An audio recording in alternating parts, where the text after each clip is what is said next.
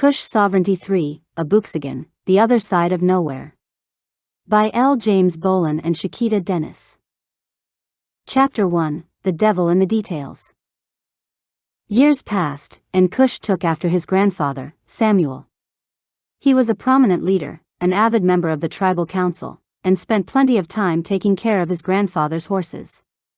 Now 21 years old, he was saddened because Bolin and Valley passed on the same day 3 months ago, and his beloved grandfather, Samuel, had passed several months earlier. During his depression, he spent most of his time caring for his loving grandmother, Martha, whom he referred to as Big Ma. One day, as he was on his way to visit his grandmother, he heard a voice say, "I will be there soon." Looking around, he sees no one. Shaking his head, he continues on his way to her house. Big Ma was on her knees, pulling weeds and trimming up some plants in her garden. He ran to her side. "Big Ma, why are you doing all this work? I told you I would come first thing this morning." Big Ma smiles. "Plants will use all their energy to heal a dead leaf when all you have to do is cut off the dead leaves to help that plant stay healthy. Plus, child, I was doing this before you were born, and I'll be doing this before I die." Big Ma's words saddened Cush. "Big Ma, don't say that." Big Ma, seeing his reaction, "Child, help me up. These past few months have been hard on you, but death comes with life. Your grandfather and me were happy, and I saw Valley and Kakahoya. They were always in good spirits, seeing the glow of love on them, and that's all Sabaoth wants for us to be here on earth, happy. Me and Kakahoya were on our second marriage." Cush was surprised. "Second?" Smiling, Big Ma said, "Yes, child, your grandfather was 20 years older than me. Our first marriage was with people our age, and we mature differently according to what we go through. But women, well, most women mature faster than men anyways. So, if you can't grow old with someone, find someone who you can grow old with. Someone who makes you smile, and makes you happy. Your grandfather used to say, it's better to be with an angry, frustrated, sad, uptight and whatever else Sabaoth is dealing with them with, as a believer, than to be with a happy demon. The Torah is filled with stories of people being unequally yoked. Now, come on here, let me fix some tea, and we can sit on the gharry." As Cush walked his grandmother to the house, he was still in shock to learn that his grandparents had been married before. Big Ma lived alone, now that all her grandchildren were grown and gone, a common saying around these parts. She put on the tea kettle and pulled out some lemon and honey. "Chamomile tea?" Cush said. "That's for reducing menstrual pain, Big Ma." Laughing, she said, "Well, you're not even halfway there, you know a little, but you finna learn about all these herbs now, son. These herbs will always have more than one benefit. Chamomile is good for menstrual pain but is also suitable for treating diabetes, lowering blood sugar, slowing and preventing osteoporosis, reducing inflammation, and is used for cancer treatment. It's good for preventing and treating cold symptoms, and the reason I'm making some for you. It helps with sleep and relaxation. Those bags under your eyes are big enough to go shopping with." Cush smiled as he grabbed a cup and poured some honey in it. As Big Ma continued, she grabbed a mason jar filled with dried basil and sat it down on the counter. "There's a wide variety of basil. Here, smell this." Cush took a big whiff as Big Ma continued, "That's sweet basil. It has a powerful smell and a recognizable flavor. Now taste it." Cush takes a small bite as Big Ma grabs a few more mason jars and passes them by Cush. "This here is lemon basil. It has a tangy lemony taste, while mint basil has a refreshing minty taste. All basil contains antioxidants. Many plants are more potent dried than fresh. However, with fresh basil, you gain the most benefits from them. They help you fight free radicals in the body, which leads to cell damage and increases your risk of cancer, heart disease, arthritis, and diabetes. Always plant these herbs in a garden. They last all year long, and they fight your fight for you. Lavender, cilantro, oregano, chives, rosemary, sage, lemon balm, chamomile, thyme, and mint. You can thank me later. That's why your grandpa and I lived so long, plus, your grandpa walked 2 miles every day. Big Ma poured them a cup of tea, and they walked outside and sat on the porch. This tastes pretty good, Big Ma. She just smiled. Silence covered them as they enjoyed their tea. Big Ma said, "You know I can talk to plants, trees, and the likes. I treat them right, they treat me right. Your grandmother, Kakahoya, was a seer and a chlorokinesis. She could see and feel things before they happened. She's the one that taught me about plants a long time ago and taught me that even plants have a spirit. We, humans, are the only things that have souls. Everything else has a spirit, and when I got enlightened, I thought she knew it beforehand, and that's why she helped me get stronger. She was a beautiful lady inside and out, didn't mind sharing a grandson with her." Cush looked at Big Ma. "I didn't know that. Mamaline told me how." He paused. "Nah, that was Dan-Daddy told me how Wanyenyekevu heard the trees and bears talk and how Sabaoth created everything with a spirit, even if it didn't have a soul." Shaking her head, "And did you know your grandfather was the first to be enlightened with 3 gifts? He could see a person's heart, a double portion of Wanyenyekevu, his father's gift, and his gift of understanding and speaking all languages. It was called." Cush said, "Ologist or polyglot, Big Ma." "But, no, I didn't know that. We never got to that part. Mamaline was telling me the story, and we stopped at Dung and Abooksigun, getting knocked out downriver in New Orleans, well, what used to be called New Orleans, and we never talked about the war. They won 2 minor battles and stopped the army heading from El Paso, Texas, and another group was heading toward them from Phoenix, Arizona. That's about how far we got. After I helped Valley get the nerve to approach Mamaline, she was head over heels in love ever since. I was happy for her. We didn't get together much after that because of the conflict with the Anakitas, back then. Plus, between her relationship with Valley, that conflict, and the upkeep of the farm, it kept her busy." Taking a sip of tea, Big Ma said, "Yes, Lord, she loved her some Valley. Well, son Abooksigun and Dung were just 14 and 10 when they got captured by some slave catchers and kidnapped on one of those ships that float above the water. Being only 14 and 10, those 2 brothers spoke with authority, and Abooksigun was also one hell of a singer. They killed the entire crew, and the slaves took the ship and started one of the greatest revolutions of all time. Those men stuck by him for 13 years until Dung was killed, and Abooksigun took it badly because Dung died, saving his life. They went from being slaves to being the most wanted men in history. He helped those slaves get enlightened on their way to New York, and Sabaoth gave them unique gifts." Cush asked, "What happened to Abooksigun? I don't hear people talk about him much."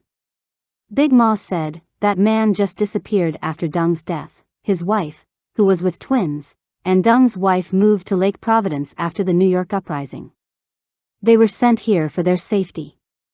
You know that big, long knife your father carries?" Cush replied, "Yes." Taking another sip of tea, she said, "That knife belongs to Dung. He got it from an old man on that their ship. His name was Old One. You know what? I'll tell you about the war and those men tomorrow, just come." Much earlier. "You should know by now, I get up at 5 a.m., not number 10 a.m., my day is winding down around that time. Now, help me finish feeding the animals and get them some water before they have a revolution themselves." They fed all the animals and filled the water into the different watering troughs. Big Ma took some of the water and washed the sweat from her face. "Do you drink plenty of water, son?" "Nobody drinks water anymore. The earth is about 75% water, and our body is 55 to 60% water. People didn't drink water, they drank sodas, beer, and liquor but no water. What kind of sense is that? You need water to grow plants, and we need water to cleanse our bodies of toxins."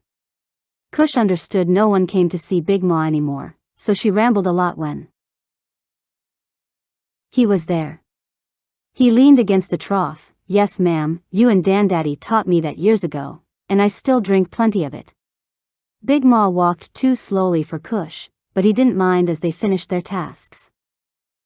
45 minutes later, Big Ma and Cush returned to the house.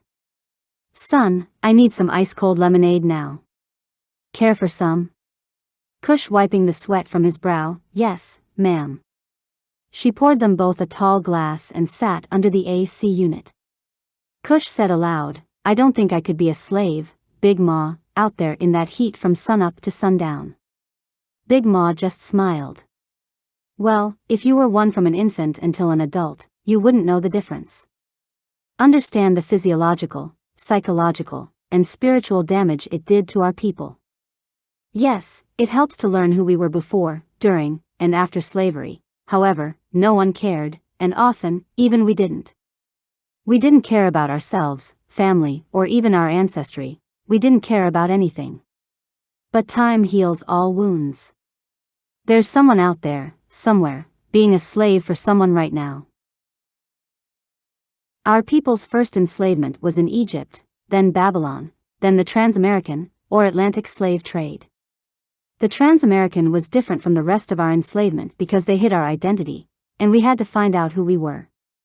We acted like fools when we knew who we were. However, our disobedience and pride put us in our predicament.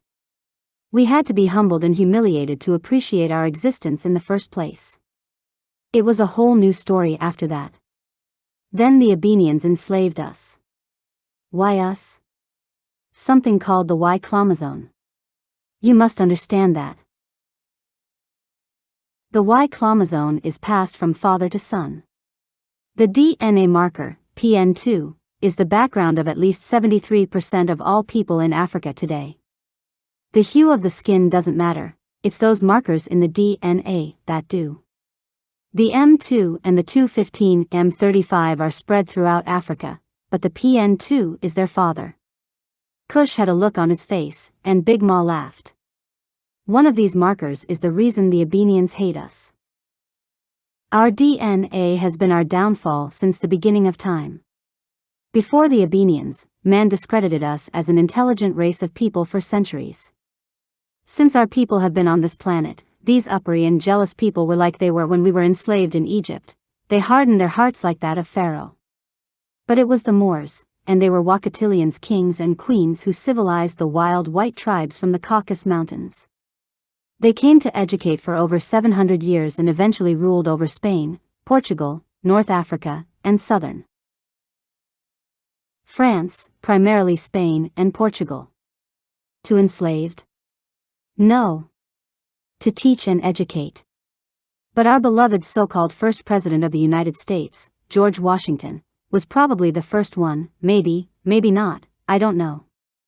But he had a debate on how to enslave the Moors, saying, and I quote, "If we would agree to take the fezzes and turbans off the Moors' heads and remove the sandals from their feet and enforce severe punishments, and to also swear a death oath between ourselves to religiously and faithfully not to allow anyone to teach the Moorish children who they really were or who their forefathers were, and only allow the Moorish children to be taught that they were truly Negroes, black people, and colored folks, 200 years from today the Moorish people would not know their nationality nor the national name of their forefathers.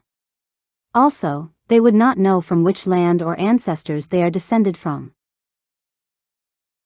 Big Ma laughs. "I'm sorry, child, I'm reminded of old Thomas Fuller, a 14-year-old slave. They started calling the boy the Virginia calculator, child. He could solve complex math problems in his head. Now, he could not read or write, so they started calling him a savant. Dem white folks didn't believe he was intelligent, so they tested him. They asked him how many seconds there were in a year and a half. He said, 47,304,000 within 2 minutes.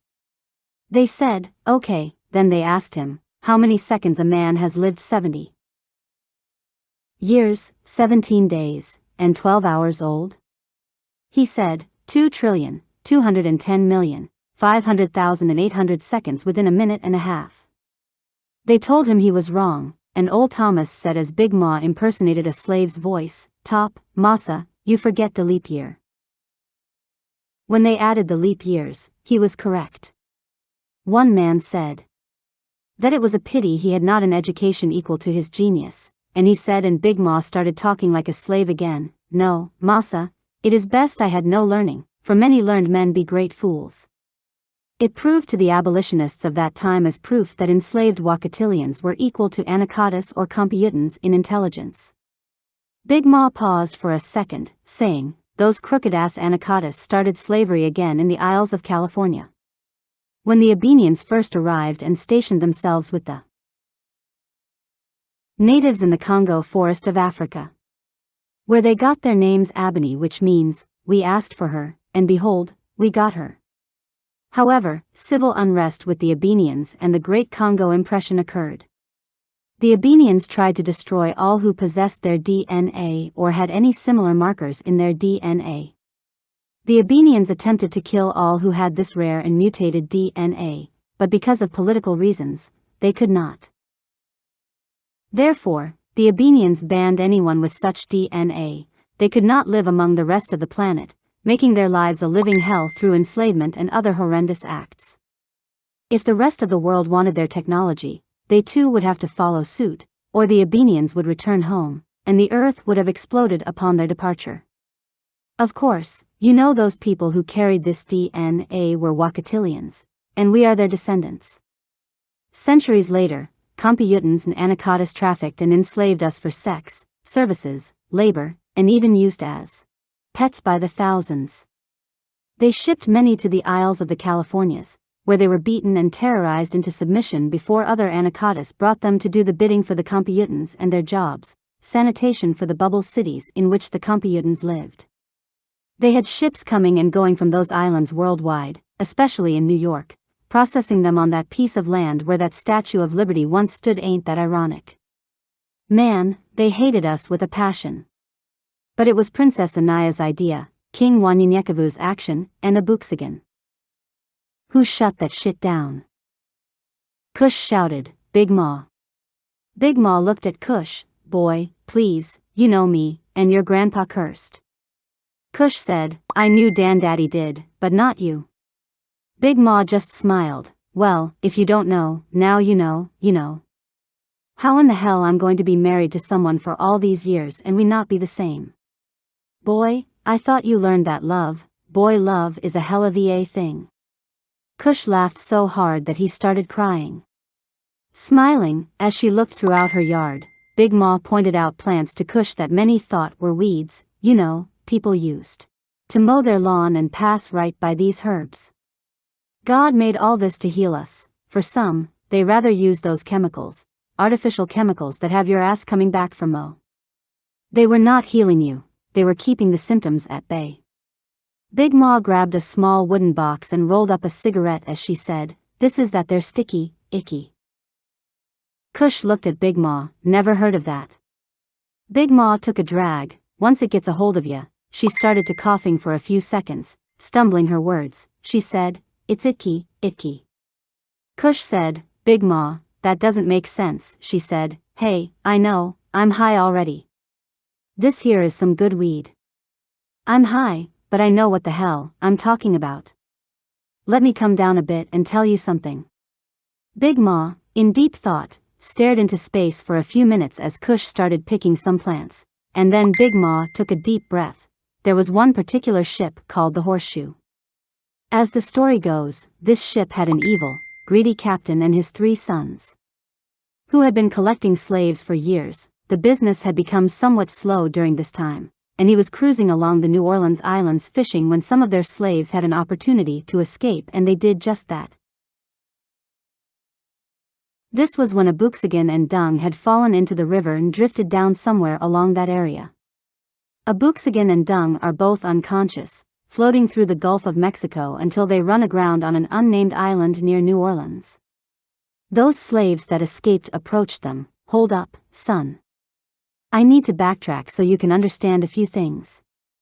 Do you know about the Latrunkuli War?" Before Cush could answer, she continued, "It was the war between man and artificial intelligence. The Latrunkuli spread toxic biohazardous and radioactive weaponry, killing a fourth of humanity. In desperation, men detonated a massive EMP that rocked the entire planet. It destroyed the Latrunculi network and caused a massive earthquake that destroyed land masses worldwide. This was years before those Abenians came to Earth. California and large portion of western Nevada and Arizona fell into the sea. Everything past that point was basically called the Isles of California. Few people lived on these islands, except for a few anacondas scattered here and there. Over time, fewer, because of the radiation. On the edge of Arizona, right before you reached the Isles of California, there was a piece of land untouched by the devastation, the beautiful Castle Dome and the Kofa Mountains. A remote desert land with patches of green fertile lands here and there called Kofa. It has abundant wildlife and is a wonderland to see beautiful desert creatures in their natural habitat, jackrabbits, rattlesnakes, bighorn sheep, mountain lions, coyotes, bats, desert tortoises, and so much more. This region is where we will continue, the Isles of the Californias. The anacondas gradually started moving back into the area, capturing, training, and selling Wakatilians, a lucrative business worldwide. One particular family had a monopoly on this trade since its beginning. This family owned much of Long Island, New York, and a few surrounding areas and produced Wakatilian slave farms for generations. Producing slaves pretty much like Boston did during the Transamerican slave trade. Using these Po folks for slave labor and whatever else they wanted them for. The anacondas manipulated many countries like Ireland to give up their land and freedom for a better life in the Americas and worldwide. Their actions pleased the Computans, and a pleased Computans meant a pleased Abenians. The Abenians didn't eat like humans, however, unaware, humans were their meals, in a sense. They lived off the praises and worship of the Computans, but they feasted off their souls once they died. Therefore, no waste. By the Abenians being spiritually connected, when you fed one, you fed them all. However, humans ate and made waste. One person produced up to 50 liters of feces and 500 liters of urine, but there was nowhere to put their waste. When the bubble cities were erected, the slave's job was to do something with that waste. The anacondas profited from the slaves by forcing them to clean the Computans' waste.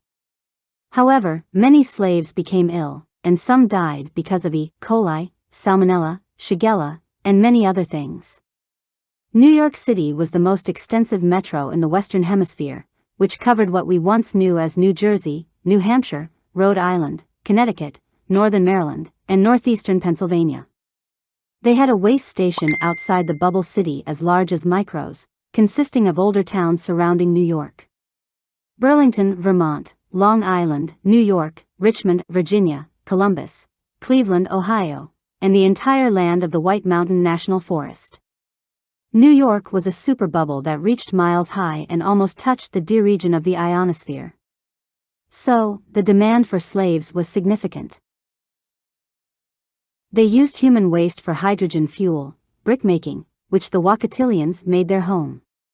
The methane gas produced by human waste was tapped and used to produce biogas. Biogas was used to generate electricity for both domestic and industrial use. They also used it as a fertilizer to increase the production of food. Medically, human waste was used for a fecal transplant, a procedure used when a person has harmful bacteria in the gastrointestinal tract. It was more effective than antibiotics and less costly than getting rid of the infected organs. Using the feces of a healthy person would use tubing through the patient's anus and rectum or shoot frozen fecal matter through one's nose. Cush had a disturbed look on his face, and Big Ma laughed. "Child, don't get in the medical field if that bothers you. Oh, and since we are made from dirt, we shall return to the dirt. Did you know that human waste also contains rare earth metals such as gold, silver, copper, palladium, and vanadium? They can extract about 700 pounds of gold from the feces of 1 million people using something they call leachates.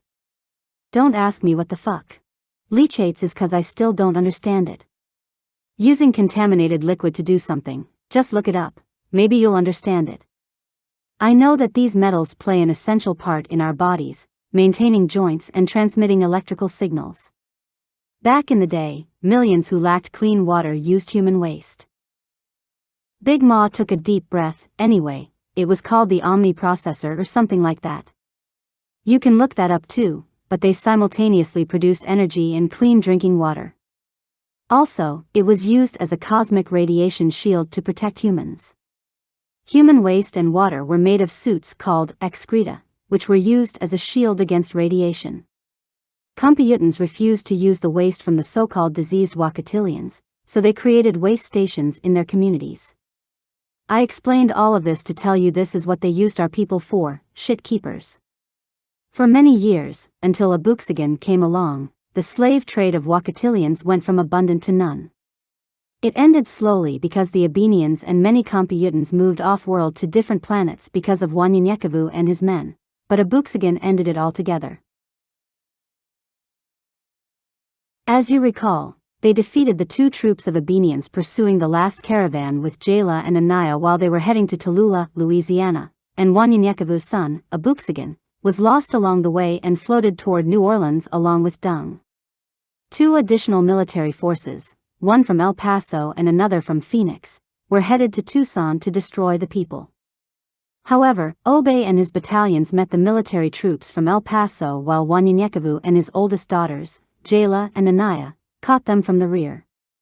Devastated and defeated, the Abenians met their fate. Friedrich and the rest of the 12 stayed behind while waiting on the Abenians from Phoenix to advance. Their advancement abruptly halted. Strangely, they stopped when Obey and Wanyenyekevu defeated El Paso's troops. At a standstill, they just waited in the middle of the desert. The troops from Phoenix were larger than any of the forces they had battled before. Wanyenyekevu and his daughters raced home, but still no movement from the Phoenix forces as they drew tanks and larger vehicles. Still, they just stood there along Highway 8 in Arizona. Wanyenyekevu sends Daniel, Queen, and the rest of their family, along with the battalion of hyenas and anyone who could control animals, to Kofa National Wildlife Refuge to flank the city of Phoenix. They waited for them to advance, but still nothing. After days of waiting and the curiosity of the standstill, Wanyenyekevu, Jom, Obey, and Friedrich investigated and surveyed the area where the Abenians stood while all bases throughout the region were on high alert before they also got restless.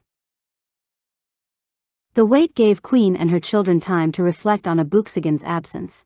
They all traveled a few miles to a cliff overlooking one of the islands of the Californias, realizing that Abooksigun was gone.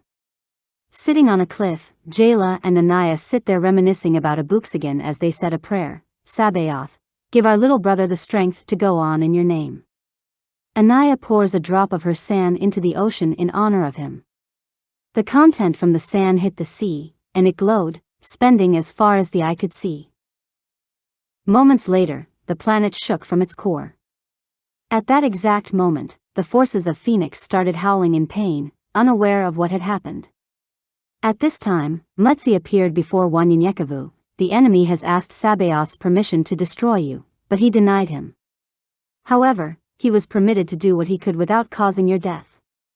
However, Sabaoth has seen your faithfulness and love and given you favor by placing a henge around Abooksigun and has shielded him from the great deceiver's presence until he receives your gifts.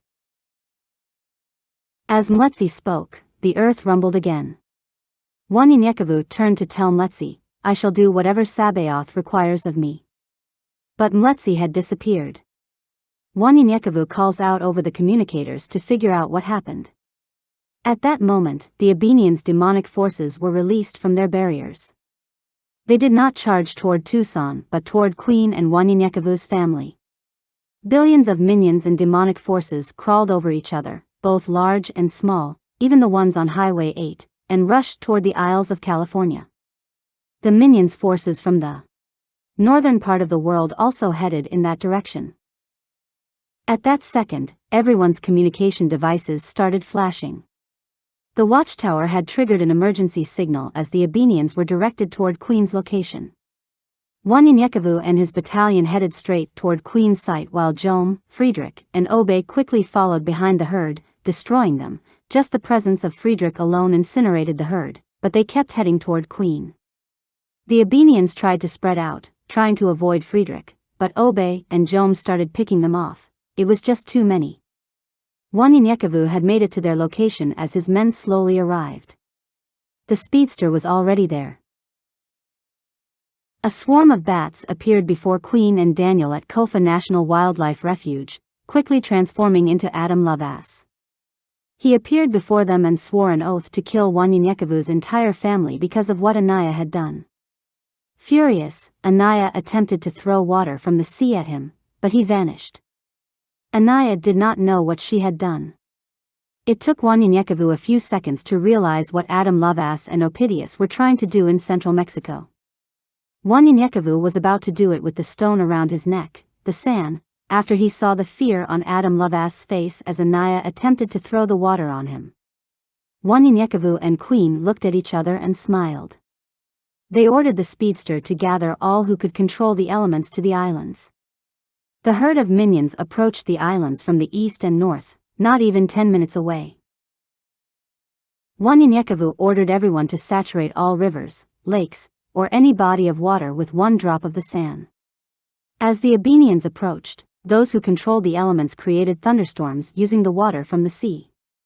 At the same time, the speedster grabbed the people who controlled the elements and took them to the Gila River, and they directed the storms behind the minions as they closed in on Queen and M.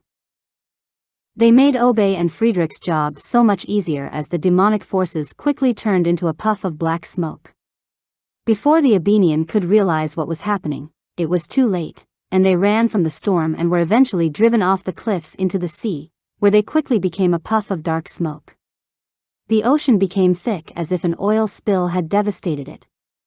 The black substance then turned into bubbling tar before dissipating into the air.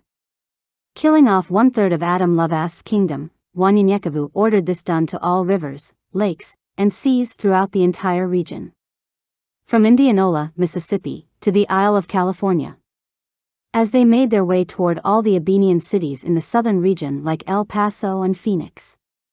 The Abenians, and most of the Computans soon vanished off-world and superbubbles like New York. The Computans thought it was the worst pandemic of 1918 and 2019 combined for the Abenians.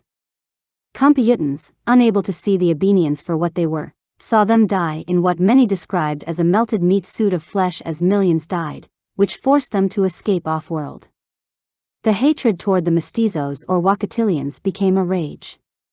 The Computans needed food and water to survive, and Abenians needed the praises of the Computans, which were their only required substances to survive. Computans had to wear hazmat suits or shit suits when they came in close contact with the Abenians and vice versa. Eventually, the Abenians, Computans, and Anacatas waged a new war against the mestizos and Wakatilians worldwide. For the first time, the South was now clear of the Abenians' presence as the Wakatilians, who moved from Arizona and lived along Louisiana's Highway 65 from Lake Providence to Tallulah, slowly moved back. Once Wanyenyekevu had the entire South drenched in the sand's rain. It took about 6 months before they departed, heading back to Arizona.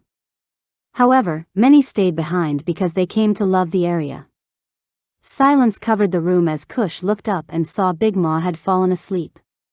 Cush got up, tiptoed toward her, covered her with the shawl on the edge of her sofa, and left quietly.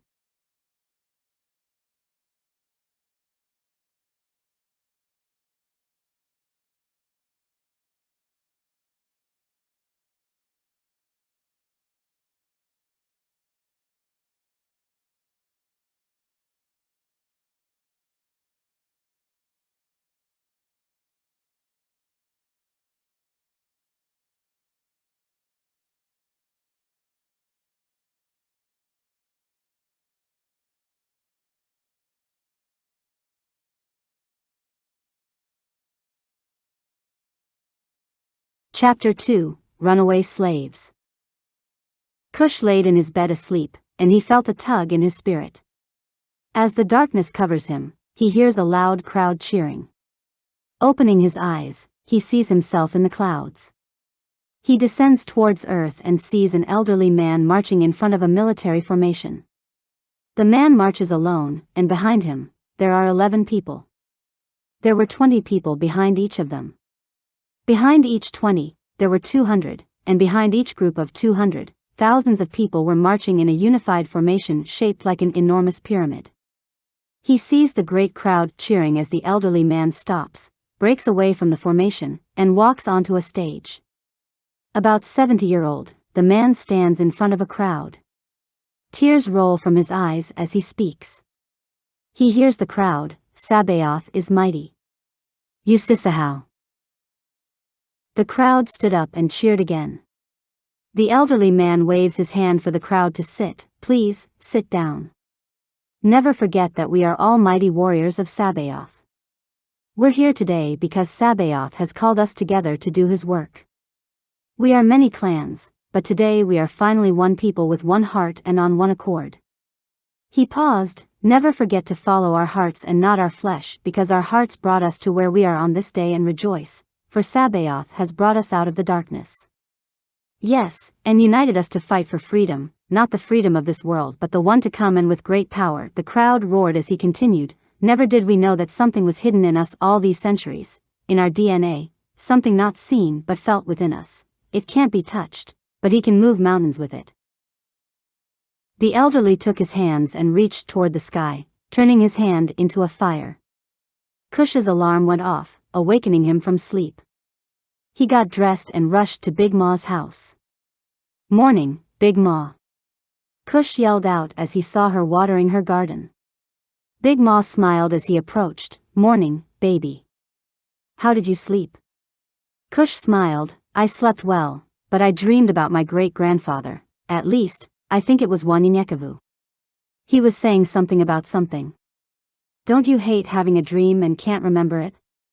Big Ma went in the house and grabbed something out of a drawer. "Speaking of DNA, I got yours somewhere here. I keep up with stuff like that. Here it is." After pulling out a manila folder, she started calling out different names: Jackie, John, Pig, and here we go, Cush. Big Ma took a seat and opened the folder. "Let's see now. You're 31% Nigeria, 26% Cameroon, Congo, and Western Bantu people. 10% Senegal, 7% Mali, 7% Benin and Togo. 7% Ireland, 5% Norway, 5% Scotland, 1% Southern Philippines. Which means you are Afro-Asiatic. As in, you have some ancestors who settled in Asia. The real Asians, not the modern admixtures. Anyway, 1% England and Northwestern Europe, less than 1% 3 Ivory Coast and Ghana, and less than 1% Egyptian." Cush said, "That sounds like a recipe for something." "Hold on, less than 1% Egyptian?" Big Ma laughed. "I'll get into that later, but you need to know that being a male, your DNA shows more of your father's side through the YT-DNA or Y chromosome, whereas the female traces more of the mother's X chromosome." Big Ma placed the paper back in the folder and put it back in the drawer. "Anyways, about that dream of yours. You can tell me about your dream later if you remember it. Today is my birthday, as well as the Wadas Sasa Kapumzika. Yesterday, I felt some kind of way. A feeling of loneliness and confusion. I have raised my children and a host of grand and great-grandchildren, and none come to visit except you." Cush felt Big Ma's sadness as he reached in his knapsack and handed her a gift. "I'm sorry you feel this way, but this might cheer you up. Happy birthday." Cush said as a big smile lit up Big Ma's face. Rushing to open the present, she said, "Oh, thank you, child. I love it." A tear fell from her eyes as she looked at the present. It was a hand-carved picture frame with a picture of Samuel, Big Ma, and himself taken years ago on her birthday. "I hope you like it. It took me months to finish the frame, and I just wanted you to know. You are my everything. I never hung around people my age. What can I learn from them? All my grandparents have taught me since I was a child. Most my age want to do things that are worthless to me. I want to learn and be wise, just like y'all. You are my Philippa of Hainaut. My Charlotte of Mecklenburg-Strelitz or Sophia Charlotte." Big Ma hugged Cush. "Thanks again, son, I love you for just being you." Cush wiped the tears from his eyes. "How old are you, Big Ma. She jokingly said, old enough to know better and young enough to know that I don't want to know what I know. Now, come on in here, and let me fix us some breakfast. Big Ma's spirit was lifted as the two sat down, ate a big breakfast, and talked for a bit before she put up the dishes and walked to the living room. Now, she leaned back in her husband's favorite chair. The ancient city of New Orleans had undergone a great transformation. It too was once a bubble city before many moved to the bubble city of New York or off-world. It had been abandoned for years. The only thing remaining from the actual ancient city was a few untouched islands. They were Marsh, Palmetto, Grand Isle, Breton, Chandela, Timbalier, Avery, Avoca, and Demorelles Island. But it was on the shore of Demorelles Island that Abooksigun, Bobo, and Dung were found unconscious by some runaway slaves. A 20-year-old Somalian man named Shermake and a set of twins, Egyptian sisters named AkunSimBel and Akutukananu were 18 years old. Bobo was awoken by them running and was growling at them. Quiet. One of the young ladies said as she shouted at Bobo. The woman's voice woke the two boys. She was covered in bruises as she and the other two runaways stood over the boys. Dung was afraid as he shouted to Abooksigun, she is going to kill us. Abooksigun looked at the runaways as he grabbed Bobo. Quiet, Bobo. What's going on? AkunSimBel looked at his clothes. Where's your village? We are hiding from our capturers, for they can't be too far away. Rubbing his head, he looked around for Yael. We are from far away, and it would take a long time to get there. Akutukananu shouted, we must go, or they will take you as well, let's go. Dung and Abooksigun rushed off with the group as they ran, but the boys could not keep up. Abooksigun shouted, we cannot keep up with you guys. We will fight and show these fools who they are dealing with. Shermake looked at the boys and laughed, with what? Abooksigun got mad, with what? With the power and might of Sabaoth is with what? We have the power of Sabaoth behind us, and we fear no man. Dung looked at Abooksigun as he quickly translated what was being said. And Dung added, and the power of Sabaoth is all we need. Abooksigun repeated what Dung had said. Shermake looked at him and said, I have prayed to my ancestors, and of no avail, so you better bring your ass on before they catch up to us. AkunSimBel shouted, we have no time for this, come on. Akutukananu looked at Abooksigun as she noticed Abooksigun spoke to Dung and then looked at AkunSimBel and Shermake. We barely understand what Shermake says, let alone your friend. However, you even understand us. How is that? Abooksigun said, a gift from Sabaoth. Everyone understands me in their language when I speak, and I understand all languages and speak them. For Sabaoth's power enlightens us. My friend is Dung. He speaks Vietnamese, Shermake speaks Somali, and you too are Egyptian. Am I not, correct? Impressed, Akutukananu said, your friend, what is his gift? Abooksigun looked at Dung. You want to show them what Sabaoth has blessed you with? Dung transformed into a boulder, then a tree. The group was afraid, and Abooksigun said, fear not, for Sabaoth will give you the same gifts. All you have to do is believe in him and have him as a friend, and these gifts and more, you will receive. Akutukananu said, I am truly impressed we have gifts and demons, too. Abooksigun said, you can't have both, for the two, they don't mix. Sabaoth's gifts are given without forgiveness. The devil cannot give gifts but will take those given gifts that Sabaoth give and use them for himself and against you. Sabaoth wants to use us for good, but the evil one confuses many, and they end up, sometimes, with a reprobate mind. Sabaoth gifts ends up being used by Satan. Akutukananu had a confused look on her face, and Dung tried to ask Abooksigun what she was saying, but Abooksigun looked at Dung, we are in a hurry. I will explain it all later. If they are being chased, we must go with them. Shermake quickly said, yes, we have wasted enough time, let's be on our way. Abooksigun saw a cave ahead of them on a hill and said, let's go there, I have an idea, for we are great hunters and trackers. Let's leave tracks showing we swam to the mainland and hide in that cave until they passed. They will think we swam to the mainland, but we will go the opposite way and make it back home. With a look of embarrassment for Abooksigun, the cave? The cave will be the first place they look, said Akutukananu. With a smile on his face, Abooksigun said, "Don't look that way at me. Have you so quickly forgotten his gifts? Dung will make the cave appear to be just the side of a rock, and they will walk around or ignore it."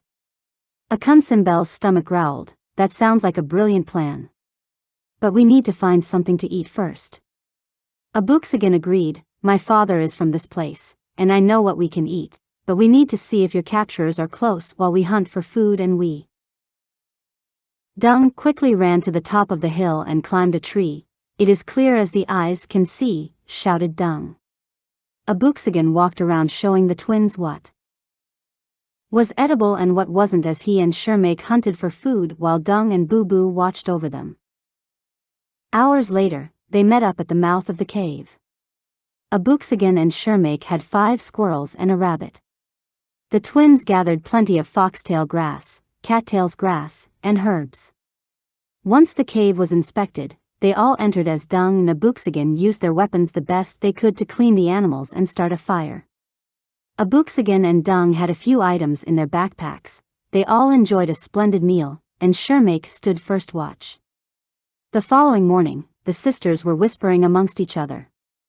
"A penny for your thoughts. I guess it can be said here, as well. It's something my parents say." Abooksigun said to the twins. "This Sabaoth thing you talked about, what is it?" He smiled. "Who?" "Sabaoth is the creator of us all. The one God that many gods have tried to duplicate. Men created these gods, but Sabaoth is the one true God for us all." Abooksigun explained, but they were confused. Silence covered the cave for a moment, and suddenly Abooksigun started feeling happy and sad simultaneously as he began to sing to himself. "Trying times brings us much frustration, such aggravation. Who understands our plight? Who can answer the questions why? It's troublesome. My misfortune. I'm not ashamed to say, sometimes it feels like I'm going crazy." After finishing the song, he wipes a tear from his eyes. Akutukananu looked at him. "What a beautiful song." Abooksigun smiled. "It's my mother's favorite song, Hold Me, by an old group called Commissioned." Akutukananu smiled. "Just beautiful, but we worship our ancestors, who guide us from evil. Why should we trust your God? You and your people have been fooled in this country for many centuries. You guys are ashamed of your natural hair and try to look like your oppressors, but your oppressors mimic your lifestyle and culture. You guys are just backward." Abooksigun looked at her. "We honor our ancestors. We don't worship them. Plus, that was way back when we were people with no name, culture, or identity and were given surnames or government names because if we did know our clan or our real name, there would not be any American history. This government took control over our lives, and we were called Negroes, niggers, and later we took a curse and made it into a blessing by calling ourselves nigga. We learned our history and started using negus, spelled Negus, pronounced negus, which means king. It's an Ethiopian Semitic language, a mixture of Italian, French, Greek, Arabic, and Spanish. Again, it took us 400 years to awaken out of our sleep. Other cultures saw it as well. It was once said by an Asian billionaire, "When an Asian rises, all Asians rise. But when a black person rises, only that black person rises." So, I'm not offended by what you said or how you said it. I remember my father had us all watch a movie called Roots, a classic movie that depicted the life of the author's ancestors during slavery. It spotlighted the brutality and violent history of the transatlantic slave trade, rabid colonialism, and the sadistic mindset of the men and women who orchestrated the system and grew wealthy from it. A young Kunta Kinte tried to escape his captivity. He was hunted down and dragged back in chains and a yoked collar, like less than an animal. An animal would have fared better. Shermake got irritated, and AkunSimBel looked at Shermake as he walked away. Abooksigun wasn't concerned. I don't care who has a problem with me spreading knowledge because I feel the same way he feels toward people who live their lives in ignorance. Shermake heard Abooksigun. Foolishness, you speak foolishness. Abooksigun shook his head. Seeing a 10-year-old boy turn into a boulder to close a cave is not proof of Sabaoth's mighty power. You tell me, what is foolish? Your disbelief or my belief? Abooksigun turned back toward the twins. As I was saying, Kunta Kinte was hung up on gallows by ropes, his shirt stripped off, and a gathering of all the slaves was called to watch. The motive for demanding them to see this sadistic act was part of making Wakatilians trauma-based, mind-controlled slaves. Kunta understood, on some level, what they were trying to do and tried to resist the efforts to break him. He had been taught in Africa that a lot was in a name. A child's future, destiny, success, individual power, and honor were defined in their parents' name at birth, particularly their mother's. Bloodline and generational continuity were dependent on a powerful name. The child was given two names, his public name, and the name attached to his soul and spirit. The public one, all knew. The private one, only the parents and creator, and their individualism and right of self-determination were in the name he was given. White slave traders made it their business to be acquainted with African traditions. Knowing the weaknesses and strengths of your captive and potential moneymaker was important. It was the key to remaking them into the model slave they wanted them to be. And so, they took the strongest and the most rebellious slaves, mainly males, who gave hope to the rest by their resistance and made examples of them. They took the best of us who resisted and broke them as you would a horse or mule. The idea was to show that the strongest of us could not protect the rest, and the best could only hope to use that skill to promote white collective power. Kunta and slaves like him who ran away threatened that power structure and wealth to white America. Kunta was brought back in chains to humiliate him. They dragged him through the mud to degrade him. He was hung before all to be made a spectacle of and beaten by one of his own, a divide-and-conquer strategy. The lashes from the leather whip produce unimaginable pain administered for the greatest torture effect. The loud crack of the whip struck flesh, leaving gaping wounds in its retreat. The screams of agony with each lash would forever leave an imprint in the minds and souls of all who watched. The sound of trauma resonates through time to be etched into future generations' consciousness and genetic memory. The agony of the abuse left an imprint in the recipient's genes, whose children would one day manifest it in physical and emotional disorders they couldn't explain, behavior out of character, and self-loathing or aggressive reactions they couldn't explain. Far from the shores of his African homeland, Kunta remembered in his genetics the naming ceremony to seal his future by his mother Binta and his father Amaru Kinte of the clan Kinte. And so, he tried to hold on to the only thing of them he had left, his name. The only thing he could hope to pass on to his future generations. From Kunta Kinte's time till the present, there were many greats among us, both big and small, like Louis Farrakhan, Francis Marion Boyer, and Lucy Higgs Nichols, who have gotten us to where we are now. Ms. Nichols, born into slavery in Tennessee, escaped and served the 23rd Indiana Infantry Regiment as a nurse throughout the Civil War. After the war, she moved north with the veterans from her regiment to Indiana. When she applied for her pension, they had no record of her being a slave, and they denied her retirement. 55 surviving veterans of the 23rd Indiana Infantry Regiment petitioned Congress for her pension, which was granted. With many acts like these, slowly, we learned who and what we were, the true children of Israel. Do you know how often a white man was arrested and charged with murdering our people? If they did go to trial, an all-white jury would acquit them. The Ku Klux Klan threatened Francis Marion Boyer. A married man with a family attended Morehouse College and Fisk University and was a teacher in Georgia. While in college, he learned about the Southern Homestead Act of 1866 and its requirements. It allowed selling land for low prices so Southerners could afford the land, but only free blacks and white Unionists could buy it. Boyer's father was a Buffalo soldier during the Mexican-American War.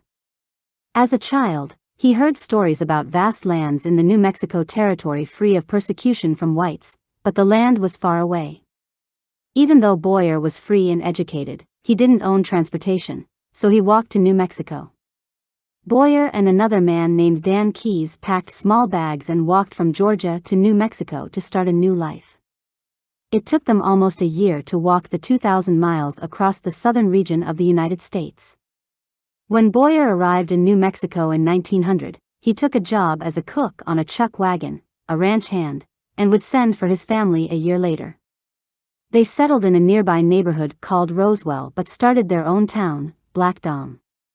After 3 more years, Boyer and 12 other black homesteaders would create the Black Dom Townsite Company to create a self-sustaining community free of white persecution. Boyer and his family offered housing for newcomers and promoted free living for blacks.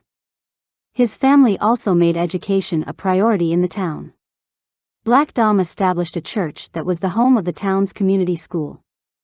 And 5 years after that, Black Dom had become a famous black town with 300 residents, local businesses, and a newspaper. The town of Black Dom would find its growth stunted, but in the drought of 1916 and by the late 1920s, the city of Black Dom was no more. You see, it took us 400 years, from 1619 until 2019, to awaken out of our sleep. Sabaoth always cared for us, even when we didn't know we were his, but it took great pain and many deaths. But I am well aware of the great people of your history and Africa as a whole. Abooksigun felt he was talking too much, but telling people what he knew felt good. His family thought he hadn't listened, but he was proud of himself and wished his family was there to see him. I'm sorry, I'm just running off at the mouth. The twins shook their heads. AkunSimBel insisted, no, go on. These were words Abooksigun had never heard before, and he got excited. I know about King Amenhotep and his temple of millions of years, but the most impressive king to me was Abubakari II, known as Abu Bakari and Abu Bakr II. But I refer to him as Mansa Musa II, who once ruled the Mali Empire in West Africa. The force behind the African arrival to the Americas before that crook they call Columbus. Abubakari is said to be the son of Kalankan, sister of Sundiata Keita, also known as Sunjata Keita and Soundjata Keita, the founding emperor of the Great Mali Empire in West Africa. He gave up his throne to Mansa Musa I to pursue his belief that the Atlantic Ocean, similar to the river Niger, had another bank. Abubakari funded a 200-boat expedition to find the bank during his rule. When only one ship returned, the captain reporting that a current swept the rest of the fleet away, prompting him to turn back, Abubakari put together a 200-boat expedition he helmed. It is believed that Abubakari, who never returned home, landed at what is now Recife in Brazil, and that some of his boats landed throughout the Americas, places like Mexico and Colorado. Many don't know that the tens of millions of black Americans, or so-called Indians, who disappeared did not all die in the Holocaust inflicted on them by America. They shipped hundreds of thousands to Europe and Africa as Indian slaves. Abooksigun paused. I don't like that word, Indians, so I'll say, natives. You see, they gave us the whole slave trade story to all of us in reverse. They did not ship a mass colony of Africans from Africa to America. The truth is that many black natives were shipped from America to Europe, then shipped from Spain to Africa as a commodity for African resources. These black natives, now mistaken as African Americans, were sent back to America and classified as African slaves. The school systems fail to mention this part of our history. Dung looked at Abooksigun and said, "You sound like your father." Abooksigun smiled and said, "I am my father and my brother's keeper." As Abooksigun continued, Linford D. Fisher of Brown University said that the Native American slavery was the piece of the history of slavery that has been skipped. Because between 1492 and 1880, somewhere between 2 and 5.5 million Native Americans were enslaved in the Americas in addition to the 12.5 million African slaves. They had forced natives into slavery and servitude as early as 1636. It was not until King Philip's War that natives were enslaved in large numbers. New England colonies routinely shipped Native Americans as slaves to Barbados, Bermuda, Jamaica, the Azores, Spain, and Tangier in North Africa. The twins were intrigued by Abooksigun as he spoke confidently and confidently. Politely, AkunSimBel said, "Let me show you what we can do." She pointed at a tree and let out a yell, and the tree began to shake. Akutukananu joined in by holding her hands together and creating a small vortex, as clouds began to form above them but quickly dissipated away. Abooksigun saw what they could do but could tell they were not fully aware of their powers. Impressive, but let's fast tomorrow, and I will show you what Sabaoth can do. Do you believe? And they asked, will it help us believe? And he said, sure it will. Shakida, trying to sleep, overheard bits and pieces of their conversation. He became frustrated. Why do I have to believe in this one god bullshit? Boo Boo growled at Shakida, but Abooksigun grabbed him. Quiet, Boo Boo. And politely said, because when you only believe in yourself, you are filled with selfish desires. Offended, Shakida said, and what's wrong with that? Abooksigun continued, I will not answer that, but I will ask you. How many friends did you have? Not associates, but friends.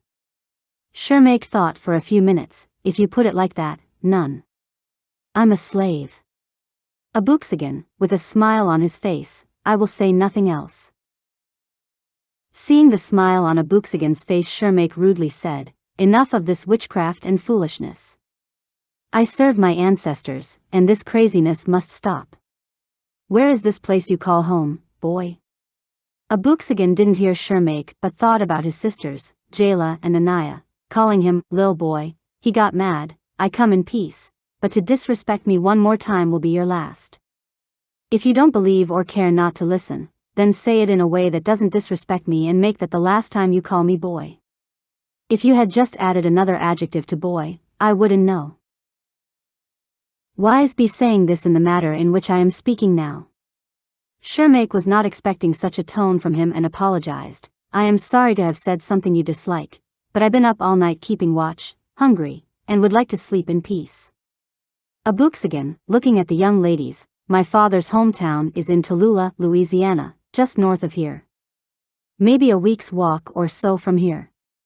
We can go there and be safe. Abooksigun calmed down and understood that Shakida had stayed up all night, and to be considerate, they walked outside and finished their conversation. That morning, they all fasted except for Shakida. Abooksigun said, I am reminded of the prophecy of the prophetess, Akilamelech, saying, they refuse to listen to the truth but prefer error and lies. Like children, they turn their hearts to fables and myths that entertain and distract from reality. They say, the planet is dying a slow and painful death from within. They told me future generations of children are being slaughtered in wars through scientific experiments and horrific abuse. Women, the planet's future, are under direct attack because they are its populators. The plagues of the mind, body, and spirit have overrun the world, and there is little hope of saving it because man refuses to repent and embrace the true and living Creator. They said the Nephilim, the fallen ones of old in Genesis chapter 6 and the book of Enoch, have returned in many ways through human surrogates. The betrayal of God and the ancestors who came before fought to preserve the truth for our generation. The children whose heritage and survival depended on our faithfulness to righteousness and justice. The laws of life have caused the soil of the earth and all its life forms to cry to heaven for help. An answer is coming soon. There will be storms, tsunamis of unprecedented strength, ice storms, firestorms, and volcanic activity. Earth will be shaken from one side to the other. Entire continents will disappear. Oceans will reel, and lightning will, they say, walk the earth as if alive, because of the altered electromagnetic channels under the earth. Everything is thrown entirely out of sync. The Church of Jesus Christ, empowered by the Ruach HaKodesh or Holy Spirit, was meant to create portals over the earth where the power of God could be channeled to maintain a balance of communication between heaven and earth. But many of those channels have been corrupted and mutated spiritually. That is, it isn't God's voice and power many are hearing but that of the beast and his system. Reaching into his backpack, he took out his Torah. These are the words that keep us in Sabaoth grace, our guide, and our instructions for life. For centuries we have followed men and women who call themselves servants of Sabaoth because they fail to read it for themselves and trust the deceitful words of others. Both men and women are essential to Sabaoth, not just the men, and today we shall fast in what we call a holy jeûne to seek Sabaoth's face and grace. They read the Torah and prayed until noon. On the third day, the twins spoke in words he interpreted as, "Holy, holy is his name," and they were enlightened. Abooksigun was excited and said, "Enlightenment is finding or receiving your gift, but true enlightenment is mastering that gift. Seek Sabaoth, and he'll show you your gift and how to use it." As they praised Sabaoth, Dung saw a group of men coming in their direction, interrupting them. "A group of men is going." Big Ma got up and walked around. "Child, that's enough for today. I ain't sat down in one spot fa so long my ass done went to sleep. Your great-grandfather ruled over the land in Arizona with the 12, many believed and were enlightened. But Tallulah lived without a ruler. Our rulers were our fathers or grandfathers, so we were governed on an individual family basis. It united us to a certain degree, but many left who didn't understand or agree with Sabaoth's way when the people from Arizona came here. Regardless, if they had conflicts with the enemy, we had conflicts. 2. They are still our brothers and sisters. But I can say this, even if they disagreed, some of their children agreed and were enlightened. Anyways, child, come help me clean up before you head out. Big Ma grabbed call the dirty dishes as Cush ran some dishwater. He overheard Big Ma singing, "Trying times brings us much frustration, such aggravation. Who understands our plight? Who can answer the question's way? It's troublesome. My misfortune. I'm not ashamed to say, sometimes it feels like I'm going crazy." Cush laughed. "Go ahead, Big Ma." She just smiled. "Child, please. Now my favorite song is, 'A Change Is Gonna Come,' by that boy Sam Cooke. Come, sing it with me." Big Ma dramatically sang, "I was born by the river, in a little tent, and oh, and just like the river, I've been running ever since. It's been a long time coming. But I know a change gonna come." Cush jumped and said, "Oh yes, it will. It's been too hard living. But I'm afraid to die." His singing impressed Big Ma because she had never heard Cush sing, and she let him finish the song and felt every word he sang. "Boy, you can sing." Blushing, Cush said, "Gone on, now, Big Ma."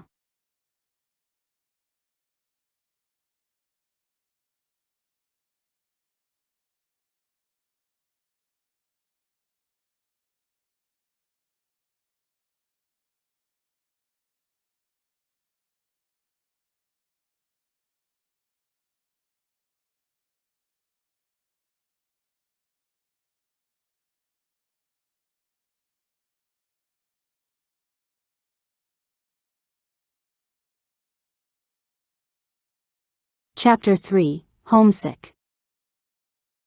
As Cush was heading down the path to visit his grandmother the following morning, an older gentleman approached. "Cush of the Tablita clan, son of Darwashi?"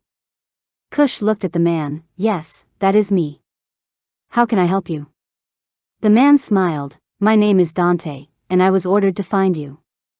I searched for you at your home, but your neighbor instructed me where to find you." Curiosity set in. Cush gives the man a strange look. "Yes?" Dante saw his facial expression and said, "I knew your grandfather, Samuel. As a matter of fact, he trained me. I've been given orders to find you and to instruct you. You are long overdue for military service. Your grandfather delayed your entry at 16, and it is time to serve your clan in the military. All citizens are to serve a minimum of 2 years. Handing him a paper, he continued, "You have 30 days to comply, but I know if you're anything like your grandfather, it will not be any problems. He was a great man and a fantastic warrior, and I was honored to serve under him. The basic training will be at Fort Bliss Military Installation in El Paso, Texas. All you need to know is on this paper. Cush took the papers and said, "No problem, I'll be there." Cush was disappointed that he had not served in the military earlier because he feared Big Ma wouldn't be cared for and no one would visit her. Approaching her home in deep thought, he saw her gardening in the yard. "I see old Dante done caught up with you," Big Ma said. Cush said in a low, disappointing voice, "Yeah, I forgot all about this. If Dan Daddy had let me go when it was time to go, I wouldn't have to leave you here all alone." Big Ma stood up. "Now you should know that everything happens for a reason, and you ain't getting no younger, your damn self. Time to do your service time, find you a wife, and have some of my great-grandchildren." Cush looked up. "A wife?" Big Ma said, "Yeah, boy, a wife. I've done lived my life, and now it's time for you to live yours. You need a family of your own." Cush looked at Big Ma. "I never even thought about having a family. I haven't seen one who qualifies as being my wife." Big Ma said, "'Cause you ain't looking, women are looking at you, but you're not looking at or even looking for them. Children and marriage is a beautiful thing, child. It's a contract of love, the oldest contract since time began, sealed by vows and pledges of love. When you marry someone, you marry all of that person. That means all that they are and all that comes with them. While you may not agree with everything they are or do, you commit to the whole person. You commit to the entire individual, not just the parts you love about them. Their flaws, along with their fabulousness. Their defeats, along with their victories. To their failures, not just their successes. To their mistakes and not just their achievements. Their falling and not only their rising. You're bonding to their past and future, not only to their present but also to the unknown and unexpected, not just the certainty and assurance. In other words, for better or worse, for richer or poorer, in sickness and health. You must understand why most vows warn that this most sacred of unions is not to be entered into unadvisedly, irreverently, or indiscreetly, but clearly understand that you are not marrying part of a person, you are marrying the whole. And love is the tie that binds." Cush turned toward Big Ma jokingly. "You sounded like a greeting card, but I like that." Big Ma laughed. "Oh, you like that? Child, breakfast has been ready for at least 30 minutes. If you don't get your tail in that house. We got 30 days to finish my story. It won't take that long, but I need to finish it 'cause you got me started, and I got to end it." After breakfast, Cush still had a look that disturbed Big Ma. "I penny for your thought, young man." Cush smiled. "This military thing." Big Ma interrupted him. Wanyenyekevu started that after the people who left during the Exodus began returning home and ordered everyone to serve at least 2 years of service starting at age 15. Before the last group from Tallulah made it to Arizona had returned, Dark Eagle received word that his brother had fallen ill, and he, his wife, and kids, and Wanyenyekevu and his family took the trip as well. He wanted everyone, including those non-believers who lived outside the city. He wanted everyone to learn to fight when it was time to do so, and made it mandatory that everyone serve 2 years. Many non-believers with evil hearts would terrorize the non-believers with good spirits, and our people protected them from Abenians and some of those no-good-ass Anacotis. Don't get me wrong, we respected the non-believers. We bartered with them, ate with them, and even enjoyed one another's company. Over time, many became believers. All this visiting of relatives got to Wanyenyekevu. He felt homesick and longed to see his parents, listening to the stories of the twins and Twadumala's visit, and the food and feast during their visit to Tallulah. Even Dark Eagle telling the story of his visit, he felt a certain way that bothered him but kept it to himself. After 2 days of securing their posts, they all went to Ireland. On the day they departed, the children of Ibrahim approached Wanyenyekevu. "We would like to investigate the abandoned cities of El Paso and Phoenix and see what was left behind," said Elijah. 4. "We understand the technology, and they might have left something that might be useful." Wanyenyekevu agreed and instructed them to take their battalions and leave Nayla in charge. Friedrich, Dark Eagle, and his family, along with Wanyenyekevu and his family, headed off to Ireland. Flying just below the Mason-Dixon line, they headed to Ireland, keeping a watchful eye for the enemy, but the land was clear with just a few Anakitas in sight on the ground. Once they reached North Carolina, they rested for the night before finishing their journey. Once in Ireland, the people were in awe to see Wakatilians dressed in traditional clothing and walking with pride as they asked for the location of Shaka's home. An elderly man gave them directions, and as they approached the house, a teenager greeted them. "Hi, I am Bamadiel. Which of you is called Dark Eagle?" Dark Eagle smiled. "That would be me, and may I ask, who are you?" Bamadiel smiled. "I am your great niece. My friends call me Lil Bit." Dark Eagle shook her hand as she led them into the house. "Ek is here, broer." Which translated to, "I am here, brother," shouted Dark Eagle as his voice cracked for the many years that they had not seen each other. Many years ago, their argument separated them, not knowing it was Sabaoth's will, and probably the only way they would have separated would have been the only way his will would have been fulfilled. Shaka stood up from his bed, recognizing his brother's voice. After all these years, he begged his brother for a hug as they cried out to each other. Wanyenyekevu excused himself, but Dark Eagle, wiping the tears, "No, no, he must see what Sabaoth has done for us all." Dark Eagle smiled at Shaka as he called out, "Anaya." Shaka said, "Anaya?" Dark Eagle said, "Yes, this is Anaya, her husband, and children minus one who is on a journey for Sabaoth as we speak." Shaka said, "Koningin Anaya, come nader." Translated, "Queen Anaya, come closer." With tears in her eyes, Anaya said to Shaka, "Uppa, ek is bly omte ontmot na al di jair." Translated, "Grandfather, I am glad to meet you after all these years."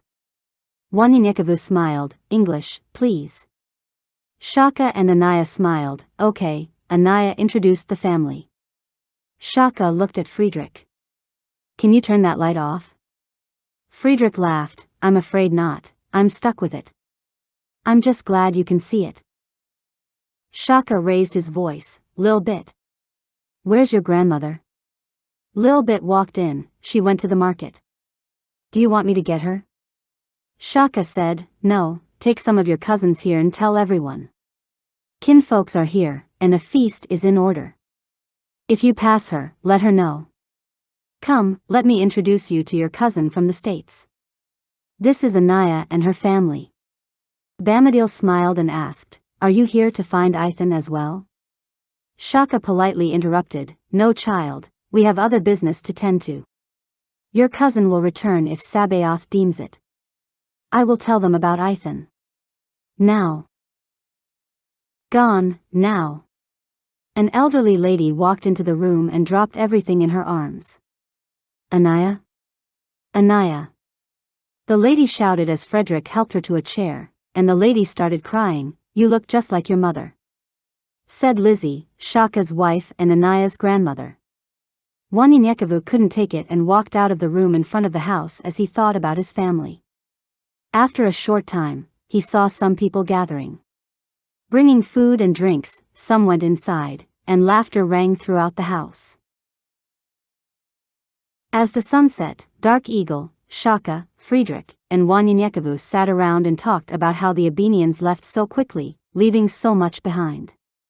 Shaka listened to their story and was amazed at what Sabaoth had done through his granddaughter. "They, with the help of the Anakitas, fooled many of our people, and they gave up their lands to go to New York. But I had a strange feeling our people were going through hell. I didn't trust a word that came out of their mouth. Many of us starved to death, but I kept the faith." Wanyenyekevu looked at Friedrich. "Probably, what Abooksigun was called to do, but only Sabaoth knows." Friedrich nodded in agreement as music played and people started dancing. "Come, let's dance." A woman approached Friedrich, and they all enjoyed themselves until morning. "Grandma Lizzie, what can you tell me about my father?" Lizzie smiled at Anaya. "Old King Joseph, he's still around, but no one goes to see him, for all his evil has caught up to him. They tell me he lives about 50 miles east of here and is just as fragile as your grandfather. Anaya said, I will go see him. For there are many questions I must ask him. Lizzie was concerned, take your husband, child. Anaya shook her head. I will take my entire family, for we are all warriors and are gifted. Before we leave, we will have a holy jeûne so that Sabaoth may bless us all. Anaya called her family the following day, and they journeyed to see the old king of Ireland. They came to a small wooden shack with farm animals scattered around the home, following the directions of Lizzie and Shaka. They all landed their sky craft near the front door. A fragile old man came out of the house. You are trespassing on private property. Before he could say another word, he dropped his weapon and started crying, Are you come to hunt me too, my dear Queen Anaya? Dropping to his knees, I'm so sorry for what I did to you. I was a man without morals and a king without honor. You would be the last person I see before death. Anaya's heart was heavy. I am not my mother, I am your daughter. Anaya is my name as well, and these are your grandchildren. King Joseph looked up, My daughter died many years ago. Anaya walked to the old king and helped him up. This was told to you so you would not look for me.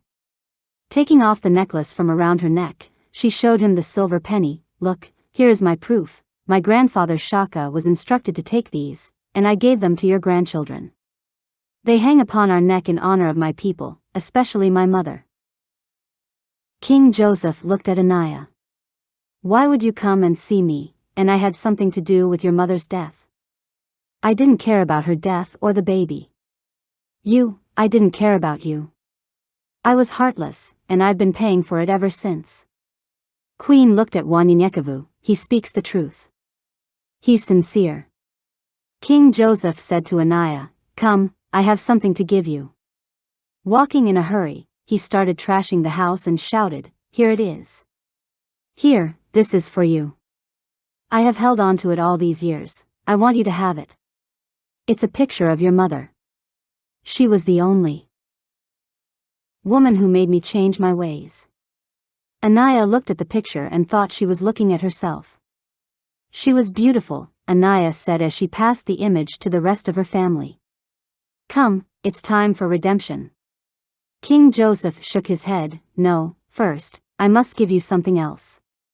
Walking toward the box that held the picture, he pulled out a ring. This is your mother's, you must take it.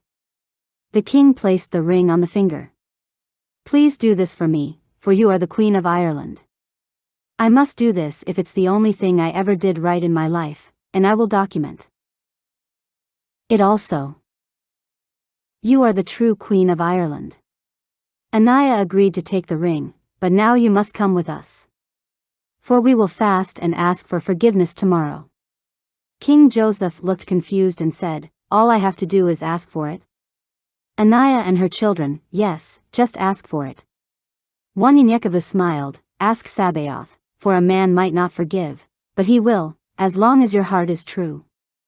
With tears in his eyes, King Joseph said, You can get your people back and proclaim yourself as queen and tell them they must return your people because of the trickery they have done. I will give you all the letters you need to do so. I'm still a king without a kingdom. My last duty will be righteous before I die. King Joseph ran into the small shack, grabbed a few things, and headed back with Anaya and her family. The people looked in amazement and confusion as they saw the once tyrant in their village. Wanyenyekevu noticed the stares and felt the heart of some of the people.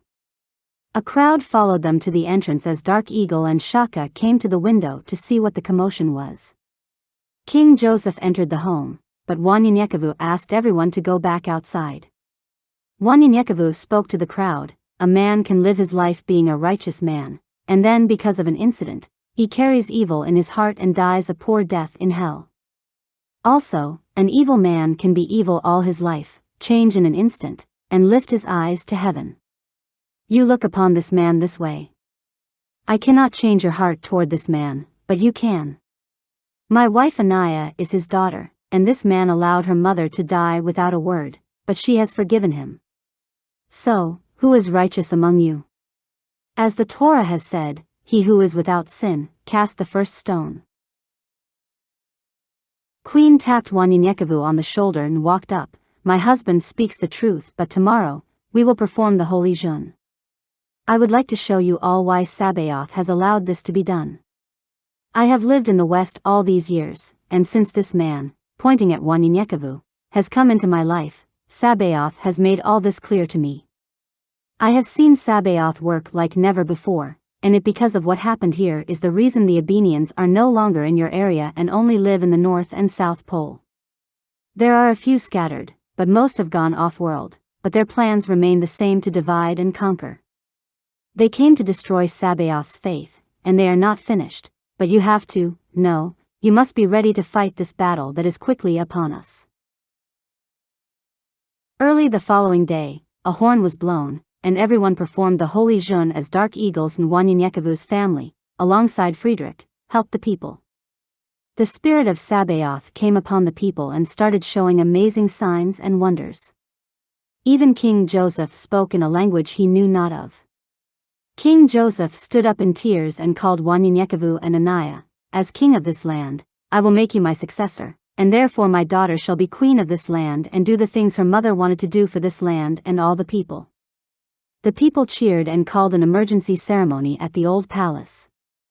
Using their new powers, they quickly made minor repairs at the castle.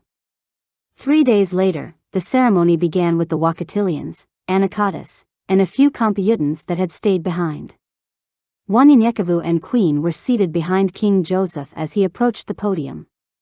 Fragile and in pain, King Joseph spoke. I, King Joseph, make myself known today to undo all I have done to all the people of this land.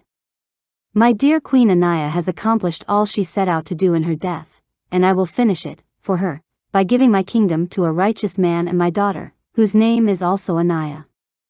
I allow my new Savior and my new God, Sabaoth, to rule this land with honor and respect.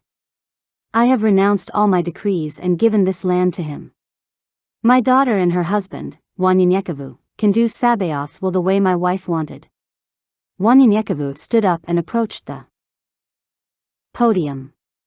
King Joseph presented him with a spear and a purple robe, anointed with holy oil, and received the clergy's crown royal insignia. King Joseph continued, Anaiah. Queen approached the podium and was presented with a crown, and King Joseph looked into her eyes, Forgive me. Anaiah said, I forgive you, Father. Then he turned to the people, Please forgive me for my evil and selfish ways as your king, and now your new king and queen is here. Wanyenyekevu said, All of this is unexpected, I just came to visit my sick wife's uncle, Shaka, and Sabaoth has blessed me beyond what I could imagine. I guess this will be a dual monarchy. Even though I am not a king in the West, I rule the land along with 11 others. We will follow the same policies, exist in a customs union, and have a combined military, but my children will govern this land. They are righteous and have good hearts. Until this becomes as strong as it needs to be, everyone from 15 to 35 must join the military ranks for at least 2 years until they become a great and strong nation. I will send others here to train those who need it, and the Abenians will never again invade this land. I promise, through Sabaoth, I will get those of you who lost your sons and daughters to the trickery of other lands on this planet. In the West, we are no longer separated like before. We were once Computans, Wakatilians, and Anakotis, but they call us mestizos, and that is what we are from this day forward. Big Ma stood up and stretched, yeah, Wanyenyekevu and Queen encouraged the people and introduced them to their children, and they cheered. A celebration was held throughout the land like never before. Wanyenyekevu, Queen, Friedrich, Dark Eagle, and his wife returned home and left their children behind, except for Jayla and Anaiah. The children of Ibrahim took over El Paso and Phoenix and made military installations out of them. They found a cache of artillery, and their territory expanded throughout the south. As they were lecturing about their findings and improvements, Big Ma sat back down. Not long after they returned, old Wanyenyekevu was heavy-hearted, and Friedrich noticed his pain. What is wrong? You've been down before and ever since we returned from Ireland? Wanyenyekevu said, It started when we visited your home in Africa and then when the people returned from Tallulah, but when I saw the look on Queen's face seeing her family in Ireland, it added to my pain. I'm homesick. I was told I would never see my family again, but that is all I want to do now. I have obeyed Sabaoth all of my life as far as I know, and I think I have fulfilled my duties. Before they pass, I want to see my mother, father, brothers, and sisters. It's been. He stood there thinking, it's been 30-something years, and I want to go home. Dark Eagle and Queen both have felt my pain, and we have spoken about it, but I'm feeling depressed about it. Friedrich knew nothing he could say to encourage him, just pray and ask Sabaoth. Wanyenyekevu said, I will pray and fast until I see the face of Sabaoth. As soon as he spoke, they received word that both Shaka and King Joseph had died in their sleep the night before. As Queen prepared to return to Ireland, Wanyenyekevu said, I'm so sorry for your lost baby, but I will not return with you. Take Jayla and Anaya because I must seek the face of Sabaoth, for I, too, want to see my family. Wanyenyekevu fasted and promised he would continue until he saw the face of Sabaoth. After a week, Queen returned from Ireland and became concerned and approached him.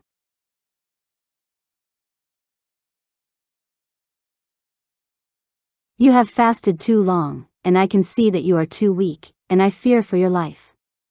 Wanyenyekevu said, I have sacrificed my life for him, I love him, and I believe in only him as he believes in me. I want to speak to him face to face. I will obey his words, but I need to speak to him face to face. Days go by, and the entire territory prays to Sabaoth for Wanyenyekevu's sake. Yael appeared before him, and quickly Wanyenyekevu said, I want to speak to my God. Mshika, the son of man, appeared before him. A man who rules over 2 nations asks to see the Creator. Is this not enough to know you have been found with favor? Wanyenyekevu said, We all know that that which is earthly is only good on earth. I seek spiritual things, and my love for my family is what I long for. Mshika smiled, To see my father is death to human flesh. I am your attorney. Speak to me. Wanyenyekevu said, Know this, I love you too. I honor you also, but my heart is in pain. I have given my life and my family for you, and now my son, Abooksigun, is gone to do as I have done because we honor you and your father. I want to see my earthly father because he will not be able to see me before I'm gone. Mshika gave Wanyenyekevu a simple smile, You have one of 2 choices. We will let Abooksigun see you before you are taken away or see your father before he is taken away. For you know, all is for a reason, a purpose. You choose. Wanyenyekevu said, For I know if Abooksigun's duties are anything like mine, he shall be busy. Therefore, I want to see my father before he passes. Mshika shook his head, Even in spirit form, you cannot see him because your spirit is still connected to your flesh until death. So to see him is death for you. Wanyenyekevu persistently, I just want to speak to him. Mshika said, I can make it possible with the help of Friedrich, Daniel, Yael, Mletsi, and myself, speak to them, and it is so. They must fast for 3 days and meet me on the 3rd day on top of Mount Lemon. On the 3rd day, Wanyenyekevu, Friedrich, and Daniel make their way to Mount Lemon, and Mshika appears before them. A vast door appeared, and they entered. Yael and Mletsi met them. Mshika said, Form a circle and hold each other's hands. Wanyenyekevu, you stand in the center with me. Then Mshika said, This is the only way to speak to Sabaoth without causing your death. Friedrich glowed until the light was too bright, and the light blinded everyone, and they disappeared. Wanyenyekevu hears a powerful voice. I have spoken to you in dreams and visions. Why must you speak to me in person? Wanyenyekevu falls flat on the ground, saying, Forgive me, Father, I love the love you have given me, and I ask of a simple thing, to see my father. I didn't want to disobey your words because you told me I would not see my family for 150 years. But The pain is so great now to see them, and I want to hear you say I can, for even in your word, you say it is better to obey than to sacrifice. The voice of Sabaoth rumbled, You, your wife, and your family shall see peace for the rest of your days because of your loyalty. But my people will cry and lament over you when the time comes.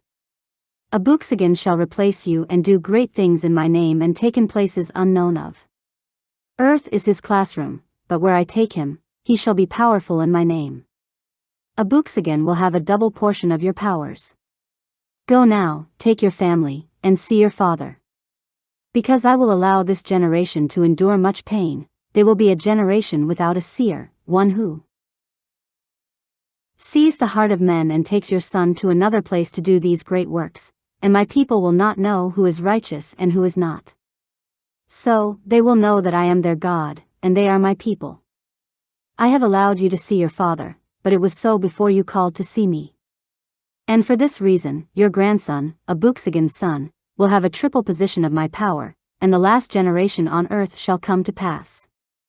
A new heaven and new earth shall appear. Wanyenyekevu opened his eyes, and their Friedrich and Daniel all stood on Mount Lemon, and their hair was long and white as snow.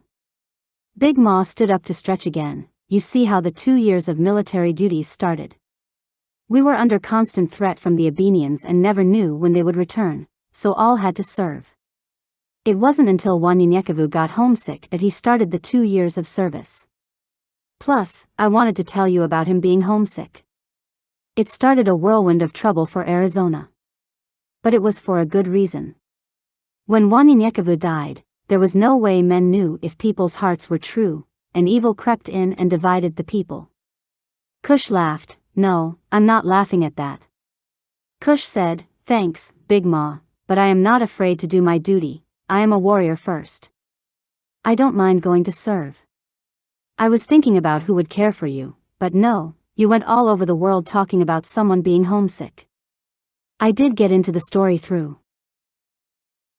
Big Ma laughed. Well, you know now get out of here and go find you a wife. Cush interrupted Big Ma.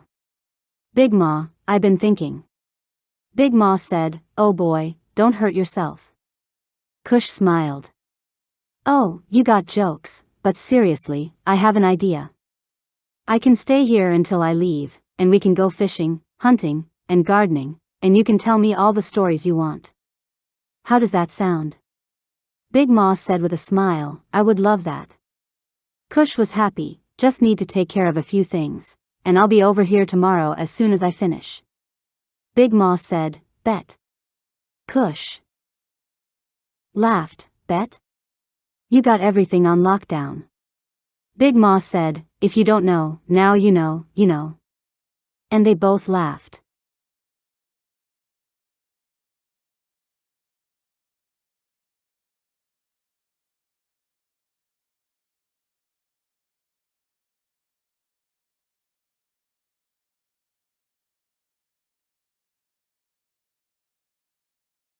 Chapter 4, Belly of the Beast. Cush finally arrived on the following day around 3 p.m.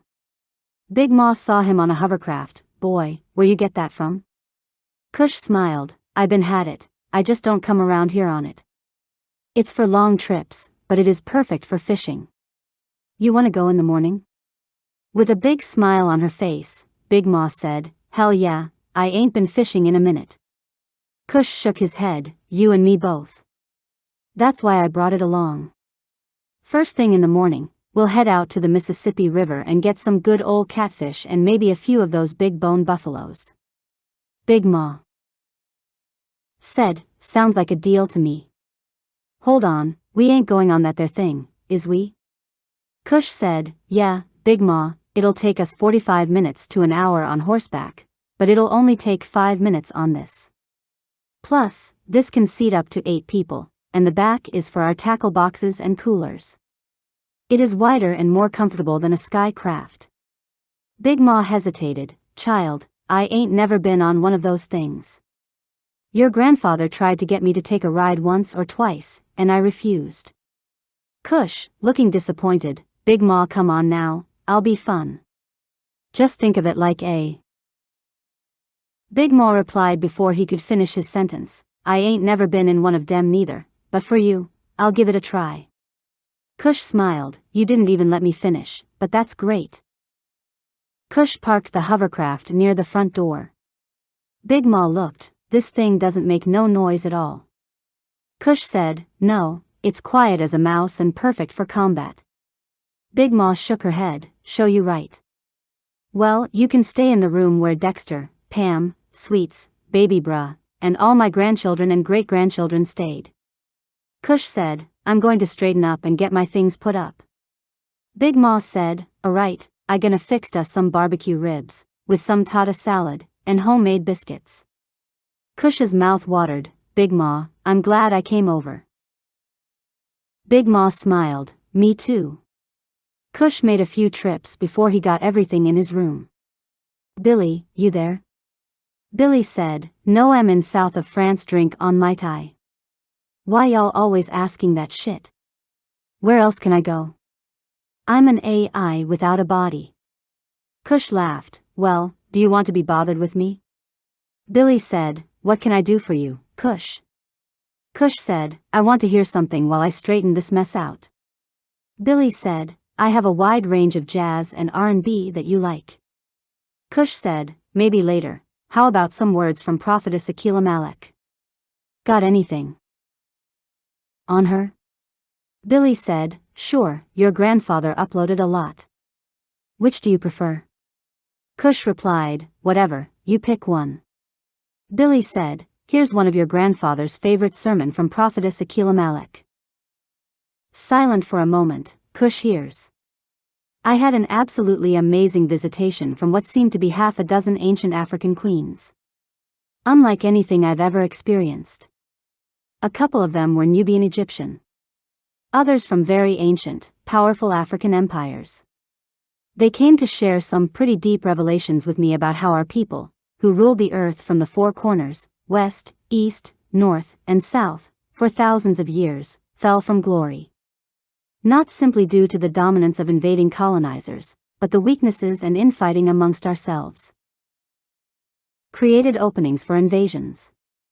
They spoke of the loss of celestial or heavenly divine knowledge that made us the healthiest, long-lived beings on the planet.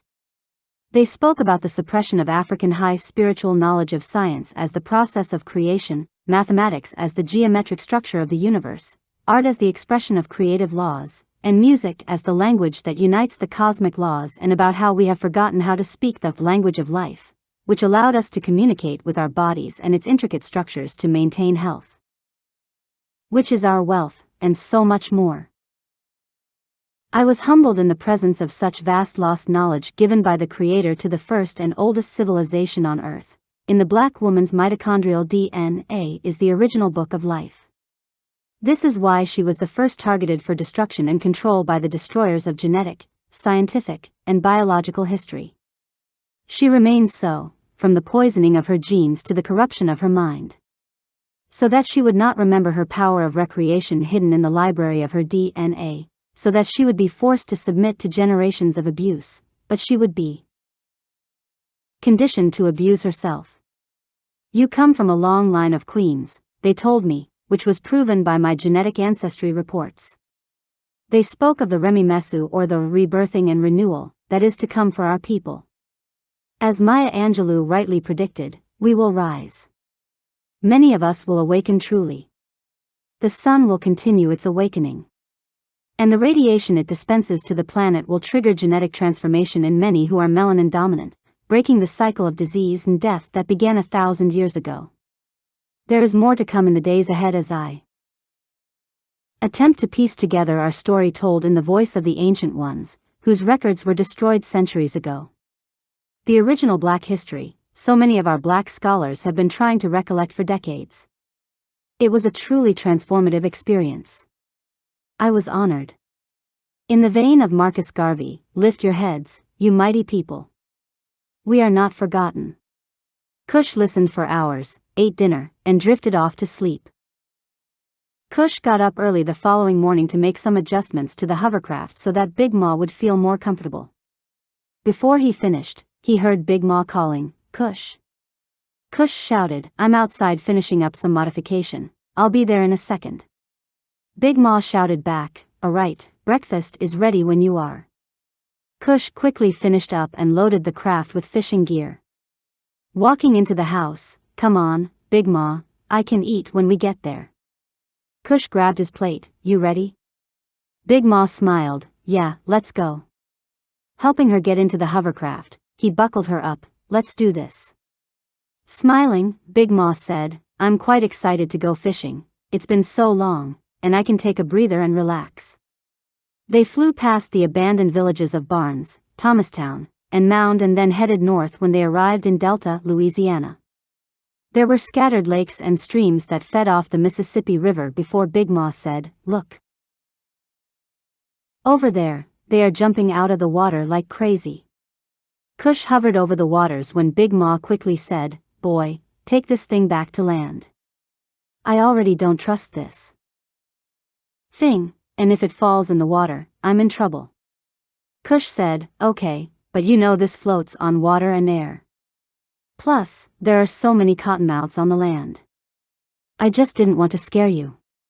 Big Ma said, I can handle the snakes, but this here water is what I'm worried about 'cause I don't float. Cush just smiled, okay. They cast their lines into the water and waited.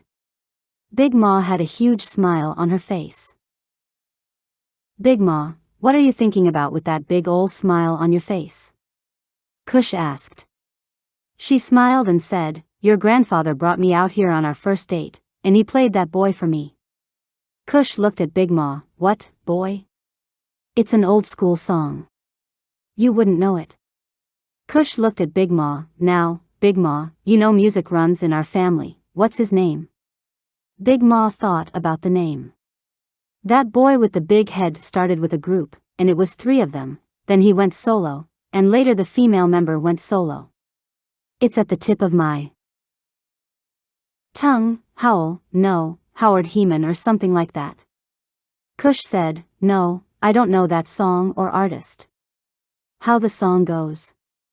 Big Ma said all I remember is once, twice, and 3 times. Cush laughed, oh, that's Howard Hewitt and the group was called Shalimar. Big Ma said excitedly, yeah, that's the boy. Do you know it? Cush thought about it, yeah, I think I do. You gonna have to help me remember it.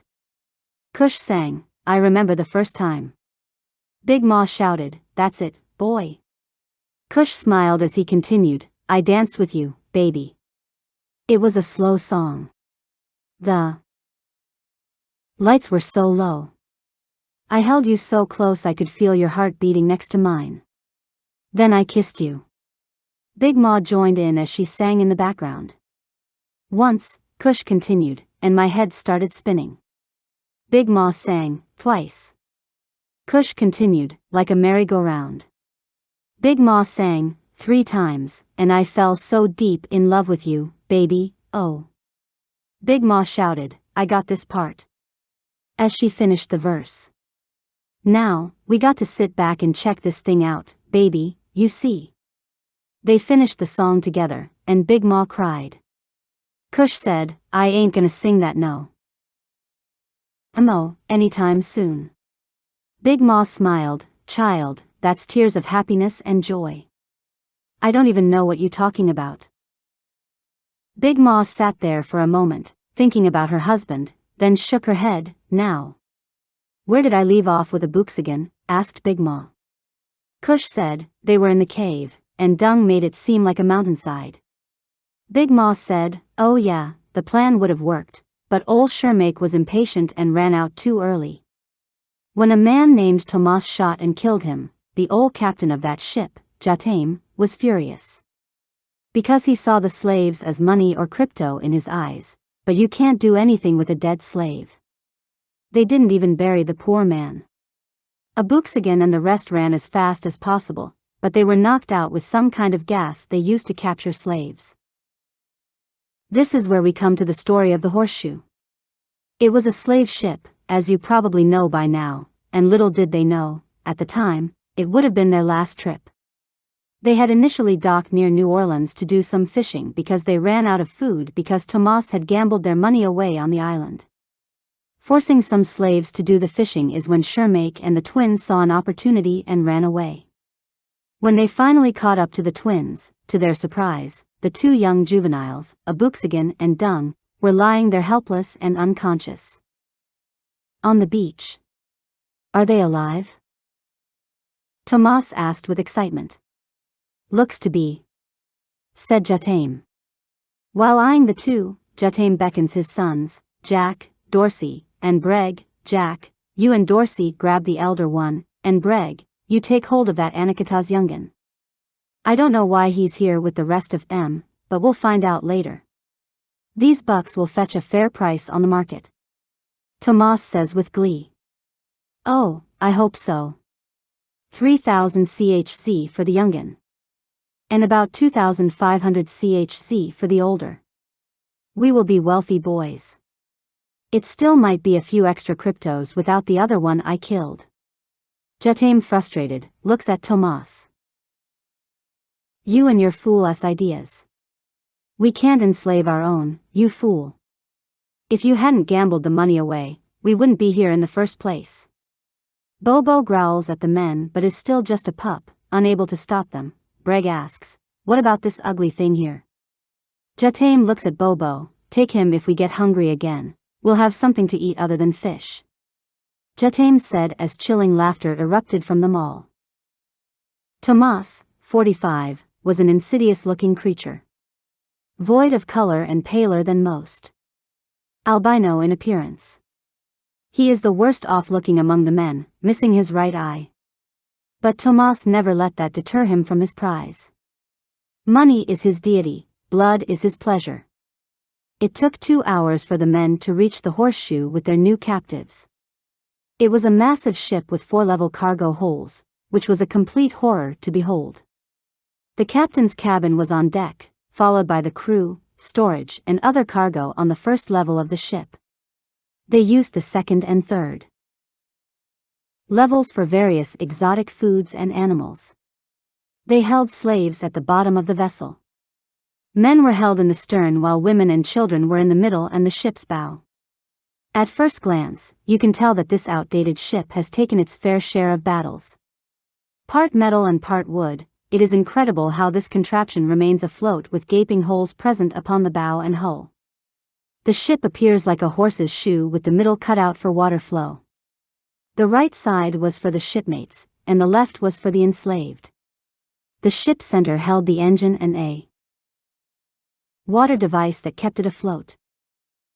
As the Anakatas got closer to the boat, you could see repairs being made while they docked it at Star of the Living port. Daddy's home. A wicked laugh comes from Tomas's lips. So cruel that even Jatam took notice. Tomas was a shrewd business executive, whom Jatam needed at the time, but never enjoyed his company. Hearing his comment, Jatam says to himself, "When we get back to the mainland, I'll make sure that I finish what your father started. But the bullet will land square in between the eyes this time." Breg overhears what his father mumbles, "Pa?" Breg says concerningly, "Mind what I pay you to, boy." Jatam says sharply. Once the Anakata's men reach the ship, Tomas, a shrewd proprietor and a perverted man with unquenchable lust, thinks only about his delights as he craves a little treat. Seeing the thirst in his eyes, a woman screams in terror at Tomas as he reaches to unzip his pants. Determined to seek pleasure, he ignores her screams and aims to relieve himself of his lust for flesh and blood until Jatam calls him out. Jatam pulls out his .357 Genus Magnum and fires one shot inches past Tomas's head into the already tater ship. Tomas ducked along with the entire crew members, searching whence the gunfire came. "Now, I'm not going to repeat this. If any of you who touches a slave shall have a burning skull for pay." Tomas, in defiance, stands up and walks towards Jatam, stopping just 2 centimeters from the barrel. With his broken French accent, he mockingly says, come now, my dear boy Jatam." Tomas looks into Jatam's eyes with intensity. If you are going to kill me, I suggest you do it now. I do not give warning shots. Tomas places his forehead against the barrel, daring the captain to shoot him. Jatam looks at Tomas. I will not let you damage my profits to satisfy your insatiable lust.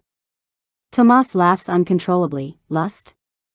My insatiable lust, you say?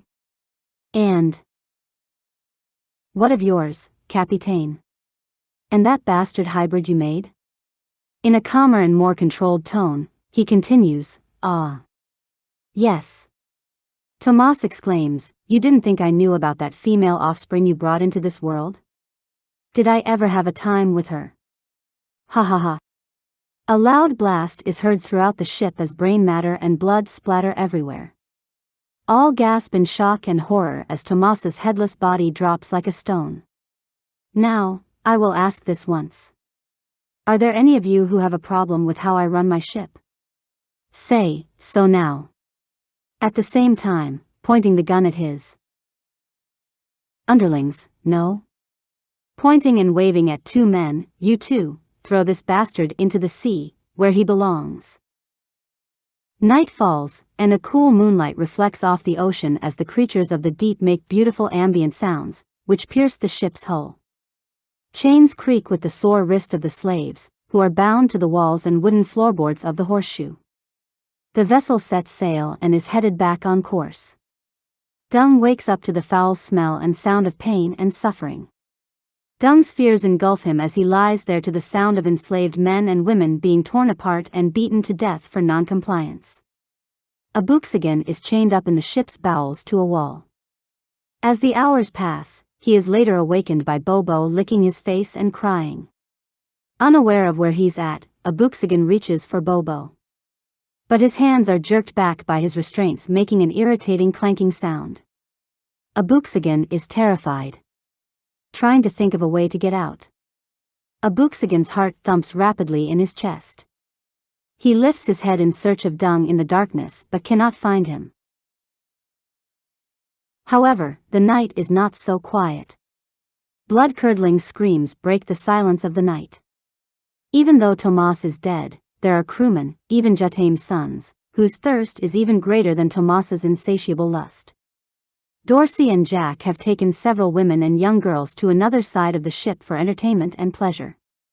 Mletsi appears to Dung. Do you not yet know Sabaoth destined your journey? Find Abooksigun and seek enlightenment with these men, for they shall be your warriors, and with Abooksigun, you both shall tear down the Abenians' kingdom. Now, go! With his tiny hands, Dung slips his chains and crawls through the congested body-filled bowel, searching for Abooksigun, calling out to him quietly. Abooksigun hears Dung in the distance and calls back. I am here. Spoken in a low whisper. Dung makes his way over to Abooksigun's voice.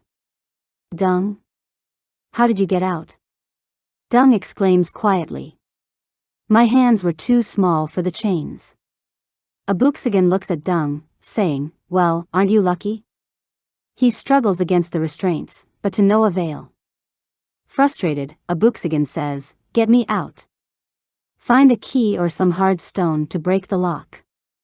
A slave by the name, Larouge, notices Dung is free from his chains. Wait. Please don't leave us. We want out too. The slave shouts. Dung couldn't understand the request and ignored the man. So, Abooksigun speaks to the enslaved men, each in their language, assuring them that none will be left behind. Dung opens the heavy steel frame door with much effort. The crew left it slightly ajar from the last inspection of the cargo. As Dung exits the holding compartment for the slaves, he sees a tarnished old-world key hanging on a wall outside the slave quarters.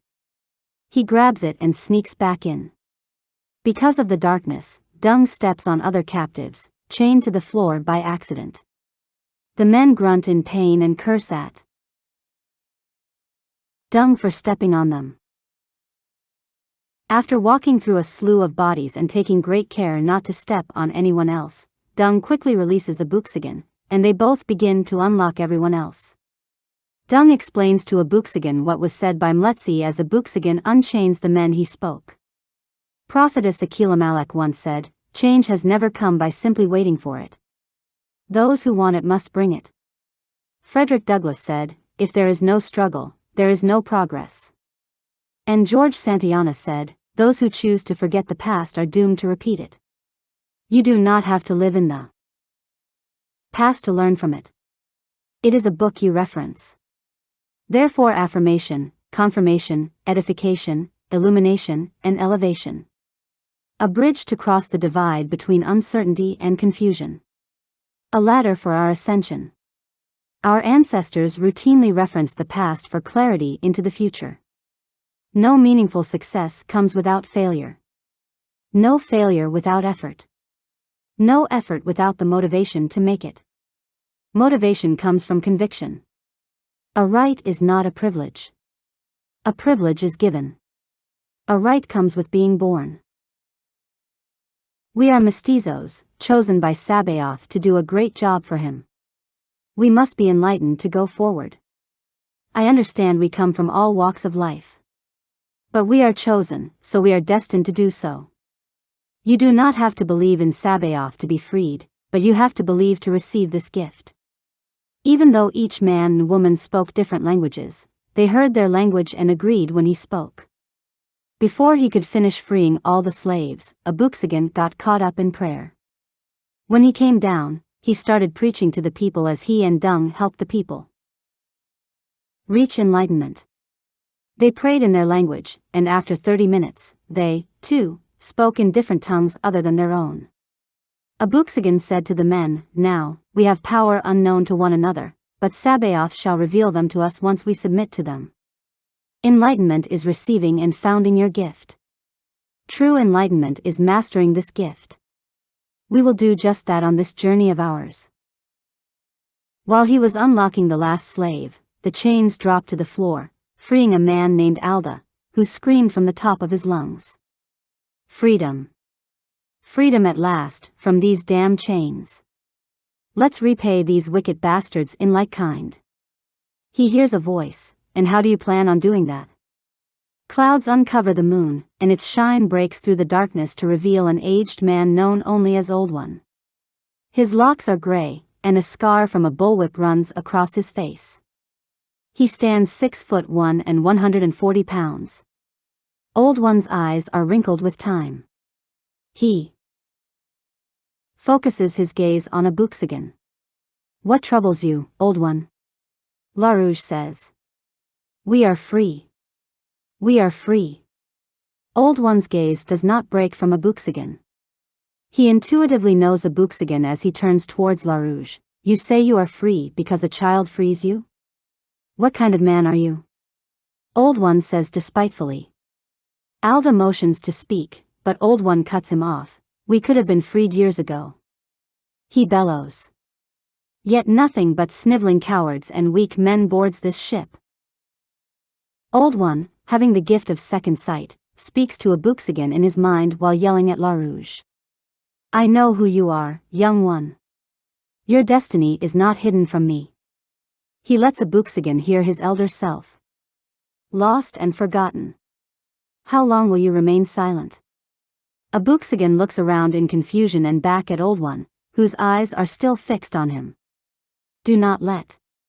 Before Old One could finish his words, reality sets back in, and Abooksigun grabs his head and shakes himself. Old One releases Abooksigun's mind while still yelling at LaRouge.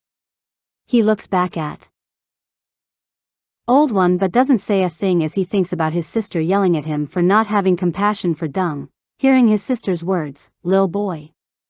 You must be compassionate and considerate when you talk to people or even explain things. Understand this, and listen carefully because I will only say it once. Because of Pops, we are well versed in history and spiritual things that many don't understand yet, but when you tell someone else, tell them in a manner that they understand. Sometimes you have to give them some background info to explain your point. Treat them like babes, like the Torah tells us you can't give them meat. You must first start with milk." Abooksigun turns to hear LaRouge proclaims rather emphatically, "Old One. You are the true coward. You've been shipbound your whole life here. And not once did you ever have a single thought of freeing anyone on this accursed ship. Not even yourself. Old One hisses at LaRouge, you spineless cur. How dare you speak that way to me? Alda vociferates and brings an abrupt end to the argument. Peace, brethren. Enough cause for blame. Let us be men and act like such. We are all stuck in the belly of the beast while you fight amongst yourselves about nothing. Our women need our help. So, save this belligerence for another time. Now is not. He turns towards Old One, and would you have our captors know we are free with your wailing? Alda says somewhat ironically, considering he was the first to scream at the top of his lungs. Old One says nothing else as Alda continues, no? Then be silent. Alda humbly looks back at Abooksigun, for I know that it is not our strength, age, intelligence, or anything else that makes one stronger than the rest. Sabaoth chooses whom he chooses to lead. He points at Abooksigun, lead the way, young one. Abooksigun, in shock, as he listens to the disrespect, trying to understand it all, looks at Bobo. Bobo. Find the women. Bobo dashes off as the men follow. The former slaves quietly and quickly move toward the women who were being maliciously assaulted. Abooksigun and the men run into the area where Jetame's sons torment the young women. Cries of agony fill the room. AkunSimBel screams in anguish. Ah, she cries out for help in her native tongue. Help. Help. Goddess, no. Akutukananu, injured, weakened, and bleeding, cries out to her sister, Akun. Come on, baby. Daddy's about to give you the ride of your life. Dorsey says lustfully while yelling at his brothers, yes. Hold her down, Jack, so we can take turns with her. AkunSimBel is held firmly to the bed by Jack. She curses him out in Cometian, an Afro-Asiatic dialect, one of the oldest recorded languages in ancient Egypt. Dorsey spreads AkunSimBel's legs open forcibly. She struggles and resists futilely. The rest of the women cry out in terror. AkunSimBel shrills as she is molested. Abooksigun, Alda, and Dung hear the screams of the women as they sneak down the hallway. Alda becomes unnerved listening to the cries. Another scream shoots through his veins, and he yells, they are raping the women. Let's go, men. But Abooksigun grabs Alda by the shoulder and pleads with him to wait. Think wisely. We do not know the situation running in blindly. What if they kill the girls before we get to them? We need a plan. LaRouge exclaims rather vehemently. And what do you suggest? Time is of the essence, we must act now. Abooksigun thinks quickly. He looks at Dung and instantly knows what to do. We will use Bobo and Dung as a distraction to lure them out and away from the women. Abooksigun searches the hall and sees a loose and rusty pipe. He kicks the pipe, which then breaks from its foundation. Are you going to bludgeon them to death, little one? LaRouge asks impatiently. No. Abooksigun hands the pipe to Dung. Strike first, then run. Lead them out to us. Away from the women. Dung nods. He tiptoes quietly into the room. Dung sees Dorsey mounting AkunSimBel against her will. Her screams echo. Dung is stunned at first and hesitates to enter the room. But Bobo runs in, and the men see him. What is that mutt doing loose? Jack asked and gave chase as Dung, enraged, ran fast at Dorsey. Dung swings the pipe at Dorsey's upper back across his right shoulder. Dorsey's back arches in pain and yelps. Dorsey sees who the culprit is. You motherfucker, you. Come here. He gives chase in his underwear while quickly pulling up his pants and following behind Dung. Dung immediately turns left while Dorsey is hot on his heels. As Dung immediately turns left, Dorsey stops in his place once in the hallway. Jake runs into him literally while chasing Bobo. Come on, Dorsey. Where did that mutt go? Why did you stop? Jack, struck with fear, looks around to see what is holding Dorsey's attention. Time slows, and the hall dims around Alda. LaRouge, Abooksigun, and the others are frozen in place. Piqued at what he sees, Alda feels the wrath of Sabaoth. An unnatural heat soars throughout his entire body. As he stretches forth his right hand, his arm and hand change to a crystal humanoid-like formation that looks like lava flowing through rock-cracked crevasses. Alda's eyes are goldish red. Seraph. Alda says with immense vigor. The hallway vibrates and shudders from the power exercised. A blinding, brilliant light engulfs the wicked brothers. Dorsey and Jack howl as their bodies are burned from within. Charred, blackened, and now lifeless, these former sailors tumble into a pile of ash. The former slaves stare at Alda in total shock. He returns to his original self while watching the steam rise from his fingertips.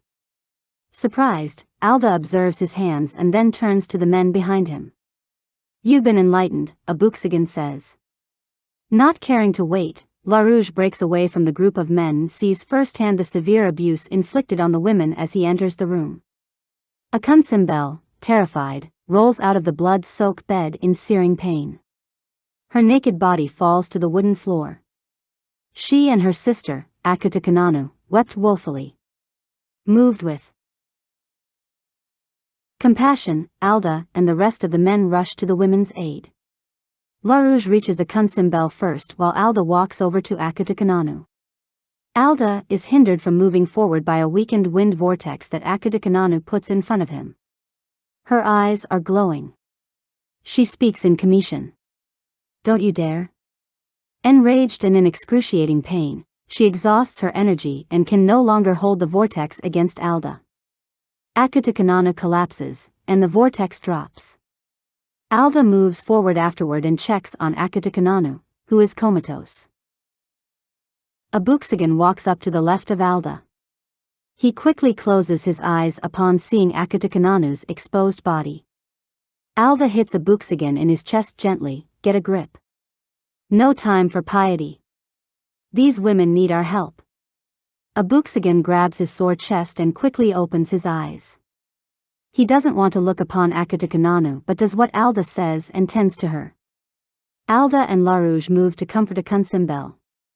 She is paranoid, naked, and scared. She spoke Commission. "I cannot speak to her. She keeps babbling and crying," LaRouge says. Alda approaches her cautiously, with his hands up in front of him, showing AkunSimBel that he means no harm. "I am not here to hurt you. Those bastards are dead," Alda says fervently. But AkunSimBel does not understand Alda. She keeps babbling on in her native tongue. Covering her body with her arms and hands, she crawls into a fetal position, pleading with Alda not to harm her. Alda cannot convince AkunSimBel that he means no harm. So, Abooksigun walks over to the terrified girl, mimicking Alda's posture. Abooksigun began blaming himself for what happened to the twins. "We should have came in instead of waiting. I should have been more compassionate instead of trying to map out a solution. I'm always thinking, never." And then quickly thought about how he disappointed his family, so he thought, for being nonchalant, ran through his mind. The feeling overwhelmed him, and he began tearing up and ran to the other side of the ship.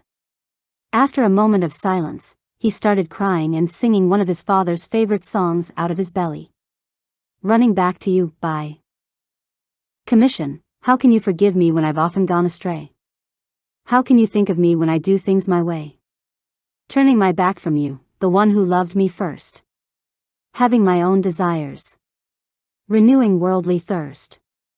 He sat there when he heard, "You sound so beautiful when you sing," Agata said as she and Dung walked out of the shadows. Still upset, Abooksigun said to her, "My father wrote poetry to express how he felt. If only he knew how to sing, to express himself, he would have won millions more. I realized this recently, and I think that is what Sabaoth needs me to do." Agata smiled. "This is no one's fault but those who caused the pain to them. Come, let's return, for you are desperately needed." Abooksigun wipes his eyes and translates to AkunSimBel what Alda had said and that he was on their side.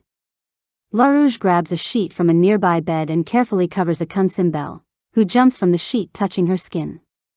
She is trembling in pain but relaxes slightly. Still scared and quite frightened, AkunSimBel asks, "Where is my father? Where are we?" And yelps in pain.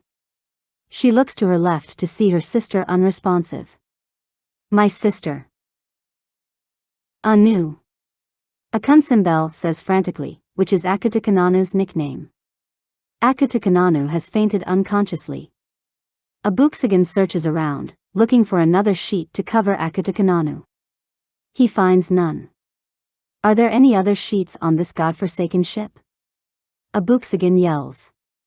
All searches were in vain for a sheet for Akutukananu. One of the young women named Debra, who was in the room with the sisters, goes to a crude-looking bathroom to the right of where the bed sits within the chamber and finds a huge brown towel inside a cabinet with a broken door. This would cover Akutukananu's body, she said as she grabbed the towel from the cabinet and took the towel to Abooksigun. "Here, take this towel," she urges Abooksigun. He takes it and covers Akutukananu. "No. She cannot stay that way." Surprised at her outburst, Abooksigun questioned Debra. "She cannot stay that way. What do you mean?" Debra explains to Abooksigun why. All the while, Old One stood inside the doorway watching. He's a bit taken aback by what he saw but not surprised. "She has the gift of the goddess. An elemental," AkunSimBel said. "Voice of many waters," she shouted as the room filled with fog. Dark clouds formed, and lightning flashed and thunderclaps. Akutukananu levitates from the floor. At this moment, AkunSimBel panics. She cannot control her gift. Unconscious, Anu wakes up. AkunSimBel cries out to Akutukananu. Akutukananu, while hovering in the air, faces her darkest fears buried deep into her subconscious mind. Eyes tightly shut, she flails in the air and hears many voices speak as one.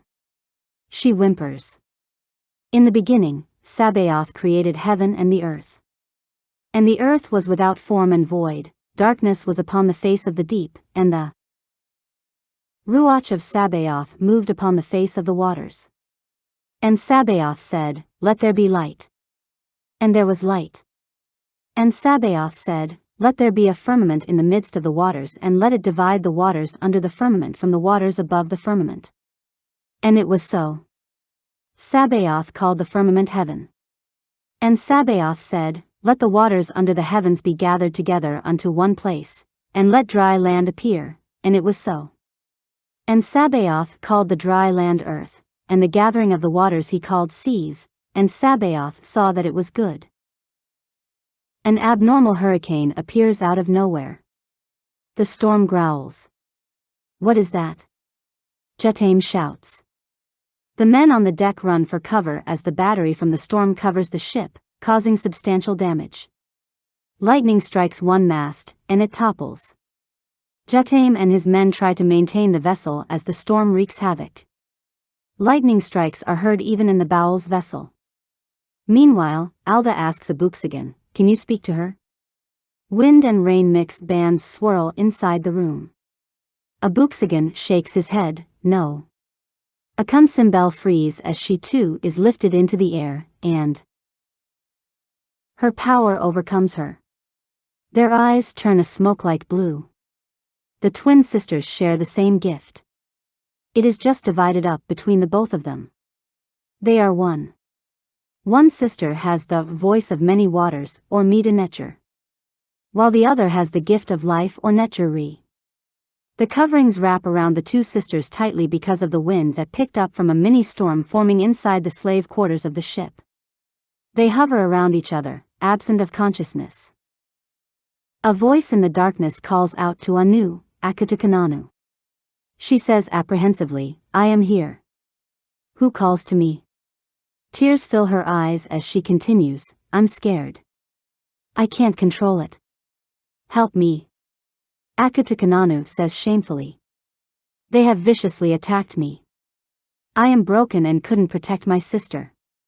A storm roars in the background, showing a beast traveling inside a cloud formation. I was too weak. The creature in the storm fed off of Akutukananu's fears and pain. The beast let out a hideous growl. You are mine. I own your mind, body, and soul. You will never be rid of me. It grows more assertive in her mind. Anu weeps in anguish, and her tears become a river as she weeps bitterly. Akutukananu is lying face down in the abyss. When all hope seemed lost, a bright light shined through the darkness. It was during this time that Anaya poured the sand into the sea. Unknowing what she had done, the same light appeared upon the sea, spreading throughout the planet upon the waters. The light was so marvelous it warded off the beast battling for control of Akutukananu's mind. A triumphant chorus of angelic beings sings, Holy, holy, holy, art thou. Trumpets blow. The beast bellowed, No. She's mine. I own her body, mind, and soul. The angelic beings harmonize to a crescendo. An unknown voice says, Peace, be still. The beast shatters into pieces as if it were one with the storm, forcing it to fade away. The chorus of angels fades away while proclaiming, Holy, holy, holy, art thou. The Holy One approaches Akutukananu, lying face first into the abyss of nothingness. She feels a holy being wrap his arms around her, comforting the grieving young woman. The spirit seems at first to be Akutukananu's father, Jabrabra. Baba? She says while becoming familiar with the warmth of the embrace. Where were you? She can barely get her words out. I miss you so much. Why did you leave us to fend for ourselves? They attacked, raped, and beat us. We were enslaved on this ship for as long as I can remember. Snatched from our home, Baba. Where were you, Baba? She demands. I have always been here, my daughter, as I am now. There is not one tear shed that I do not value. Not one voice cries out into the darkness that I do not hear. Nor is there any pain or wound that I cannot heal. Mshika cradles Akutukananu's chin and looks her in the eyes. She slightly gaps. Who?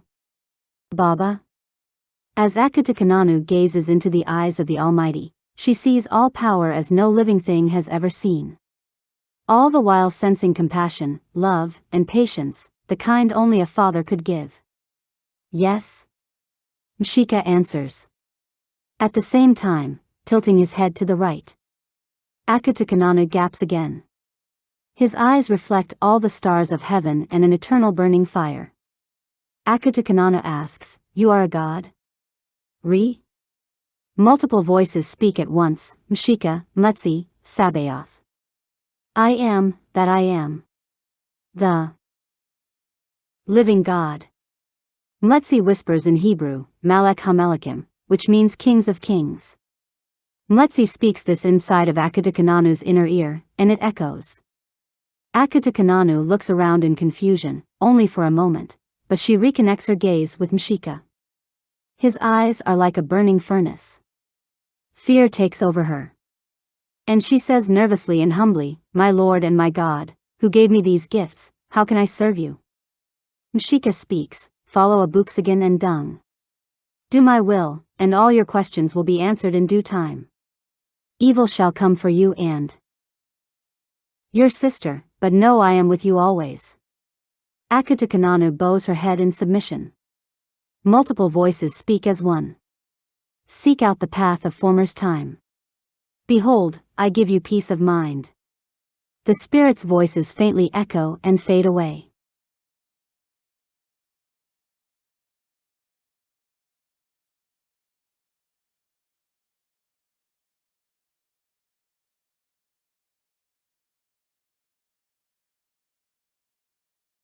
Chapter 5 Gifts. The ship's crew never mentioned the storm, thinking it was a freakish storm that often happens with the devices the Abenians have in place to keep the earth from erupting into a ball of fire. It is now 5 hours later, and the Horseshoe is in open waters traveling along the outskirts of the Florida coast. Jotam steers the ship left, passing the remnants of the Keys, which were weathered away by many hurricanes over the last century. From there, the Horseshoe finds its way up the eastern coast. Its destination? The city of Crypto, New York.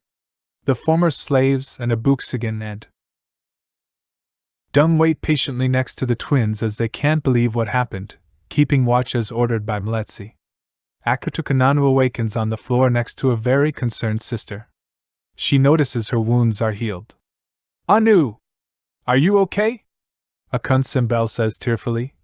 I am. Who? Who are all of you? Akutukananu asks. She has forgotten about her friends and family for a moment. I am your sister, AkunSimBel. You went to visit the gods. I thought they were going to take you from me. Tears flow down AkunSimBel's face. No. Akutukananu proclaims there is but one God.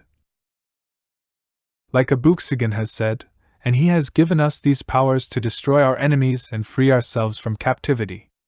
AkunSimBel is confused by what her sister says. What? One God? Akutukananu nods. One God. He's healed us, sister. Observe your wounds. You are also healed. AkunSimBel steps away and observes herself. She is healed. AkunSimBel rejoices. God be praised. There's no more pain. She quickly hugs her sister. Let's get you ladies clothed properly, and leave these slave quarters. I'll be all too happy to slaughter our enemies. Alda says with exuberance, and everyone agrees and cheers. Searching throughout the ship, they discovered weapons on board the vessel and Dung and Abooksigun backpacks. Abooksigun smiled as he tells the twins, I'm so grateful for Sabaoth showing us the path. Then he turns to the men saying, I'll show you how to be warriors for Sabaoth. Akelamelech, keeper of the scrolls of indigenous wisdom, said it best. Black sons of Africa. You melanated princes of Sanjariel. The royal blood is created from the dark energy of space that forms the dark matter that fuels life. The liquid currency you carry in your loins was meant to be deposited in the womb matrix vault of a woman of equally royal status. Royal is Ariel or light of El or God. That light is what you carry inside you. The vault or womb bank is the only vault that can turn black liquid currency into solid black gold expressed in the world as your true wealth. To the anger of many fallen angels, Elohim gave you the gift of immortality through the recreation of yourself indefinitely. What are you doing with that gift? How are you spending that wealth? With what bank of life? Abooksigun held up his weapon as he continued. We are those in whom he spoke about the melanated people of the earth, the chosen people of Sabaoth. They have used, abused, manipulated, and molested our bodies and minds to control us. No more. Attack. Old One guided them through the vessel as they rushed to the entrance to the deck, and a guard stood there when he noticed the men. Abooksigun and the former slaves rushed the ship with fury. A guard notices them and screams. The slaves are revolting. Abooksigun quickly grabs Dung with both hands and spins him towards the guard as Dung transforms into a hammer. The slaves are. The guard's brain matter flies everywhere, and the body falls to the floor. Dung suddenly transforms again, forming a sword as Abooksigun forces it through another nearby Anakata's heart. The sailor's body falls off the ship's bow into shark-infested waters. The sword quivers as Abooksigun places the blade on the ground. Its shape shifts back to a humanoid blood-covered Dung. Dung looks at the carnage as he shouts, We are winning! While out of breath. Abooksigun says, We have only just begun. He looks to his left and sees the sisters AkunSimBel and Akutukananu fighting together without mercy. Victimized and brutalized, neither have any pity for their enemies. AkunSimBel, being the most abused, has a founded hatred engraved into her bones. She lets loose an unfathomable screech such as never been heard in living history, which sends a reverberation throughout the ocean. The waters are disturbed. Thunder rolls and lightning crackles. The sea began to swell, and a 60-foot tsunami arose quickly from it and smashed headlong onto the ship's starboard bow, washing away all who stood in its path. Dung immediately becomes a tightly knitted rope-like net and covers Abooksigun while latching onto a drill hook on the ship's hull. Heavy rain comes from this massive storm and pummels the Horseshoe. The wind, rain, and dark clouds made it nearly impossible to see anything. Akutukananu speaks in an ancient tongue while looking toward the heavens with her arms outstretched. Abooksigun yells and reminds her, "Anu! Don't forget we are on here too!" She takes heed and creates a wind vortex around her allies. The gigantic wave smashes back into the ship. A loud cracking sound followed. After the wave destroys the left starboard bow, leaving it in tatters, Jatame somehow holds onto the rope tied to a broken mast. But he does not make it past Akutukananu's gaze. She stretches forth her left hand in Jatame's direction. A bolt of lightning strikes and kills Jatame on the spot. Thunder booms and shakes the ship even while in open water, while the twins practically drown all those who are foes. Alda incinerates 10 Anakatas with his new gift, Seraph. Horrid screams followed soon after that. The smell of burning flesh hung in the air and filled the nostrils of all who remained. As the war rages on, Breg, Jatame's son, watches as Akutukananu murders his father from afar. He hides behind a slightly open hatch for the rest of that evening. Abooksigun and the former slaves revolted against their captors and took control of the ship. Deep inside the vessel's bowels, Breg hides in one of the slave quarters that had not been occupied. It stinks dark, cold, and wet. Breg is destined to remain there until the Horseshoe reaches New York. He only comes up sporadically for food and air as the captives sailed the ship east. The captain's first mate, a man named Gonzalez, was captured and bound to a mast, looking at Abooksigun. "You black bastard, I will kill you!"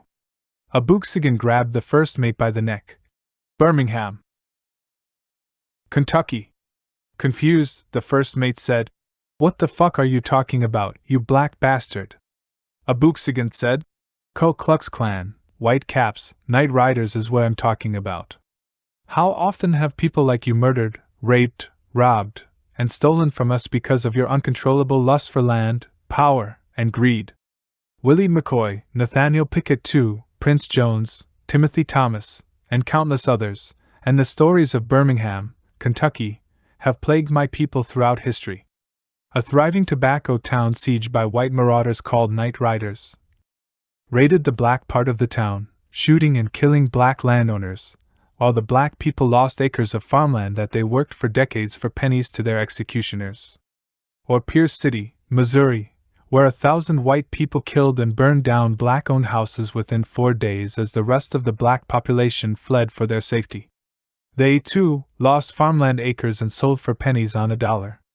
The stories go on, like Hickman, Kentucky, Holmes County, Mississippi, and Ocoee, Florida, with the Ocoee Massacre.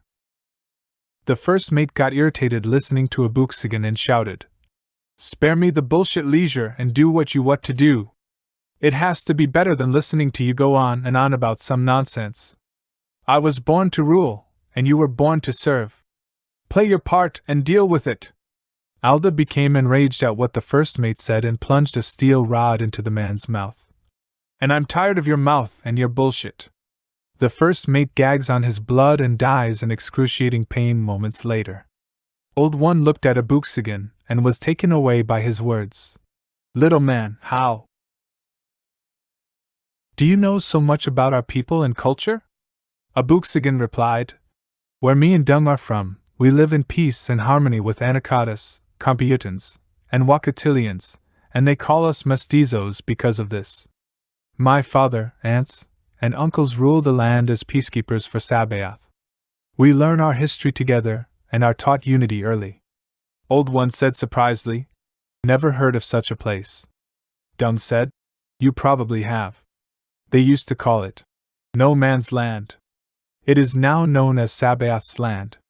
It consists of Mad and at Altenware to Colonia Anahuac, Laguna de Bustillos, Ciudad Cuauhtémoc, the twin cities of Colonia Álvaro Obregón and Grañas El Venado, all along a great highway called Wanyenyekevu Trail, named after Abooksigun's father.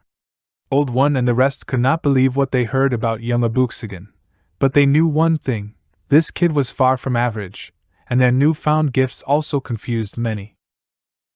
Alda asked Abooksigun, "Do you know? Can you tell me more of these old stories?" Abooksigun was happy as he taught, and the men gathered around him.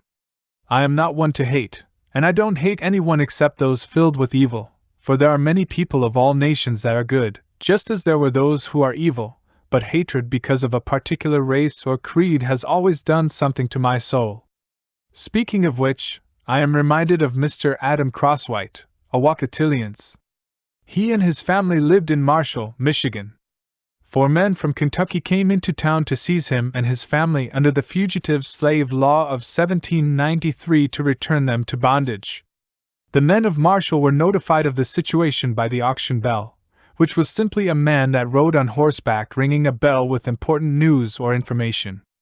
Early that morning, he rushed through the town. The slave catchers are after the Crosswhites."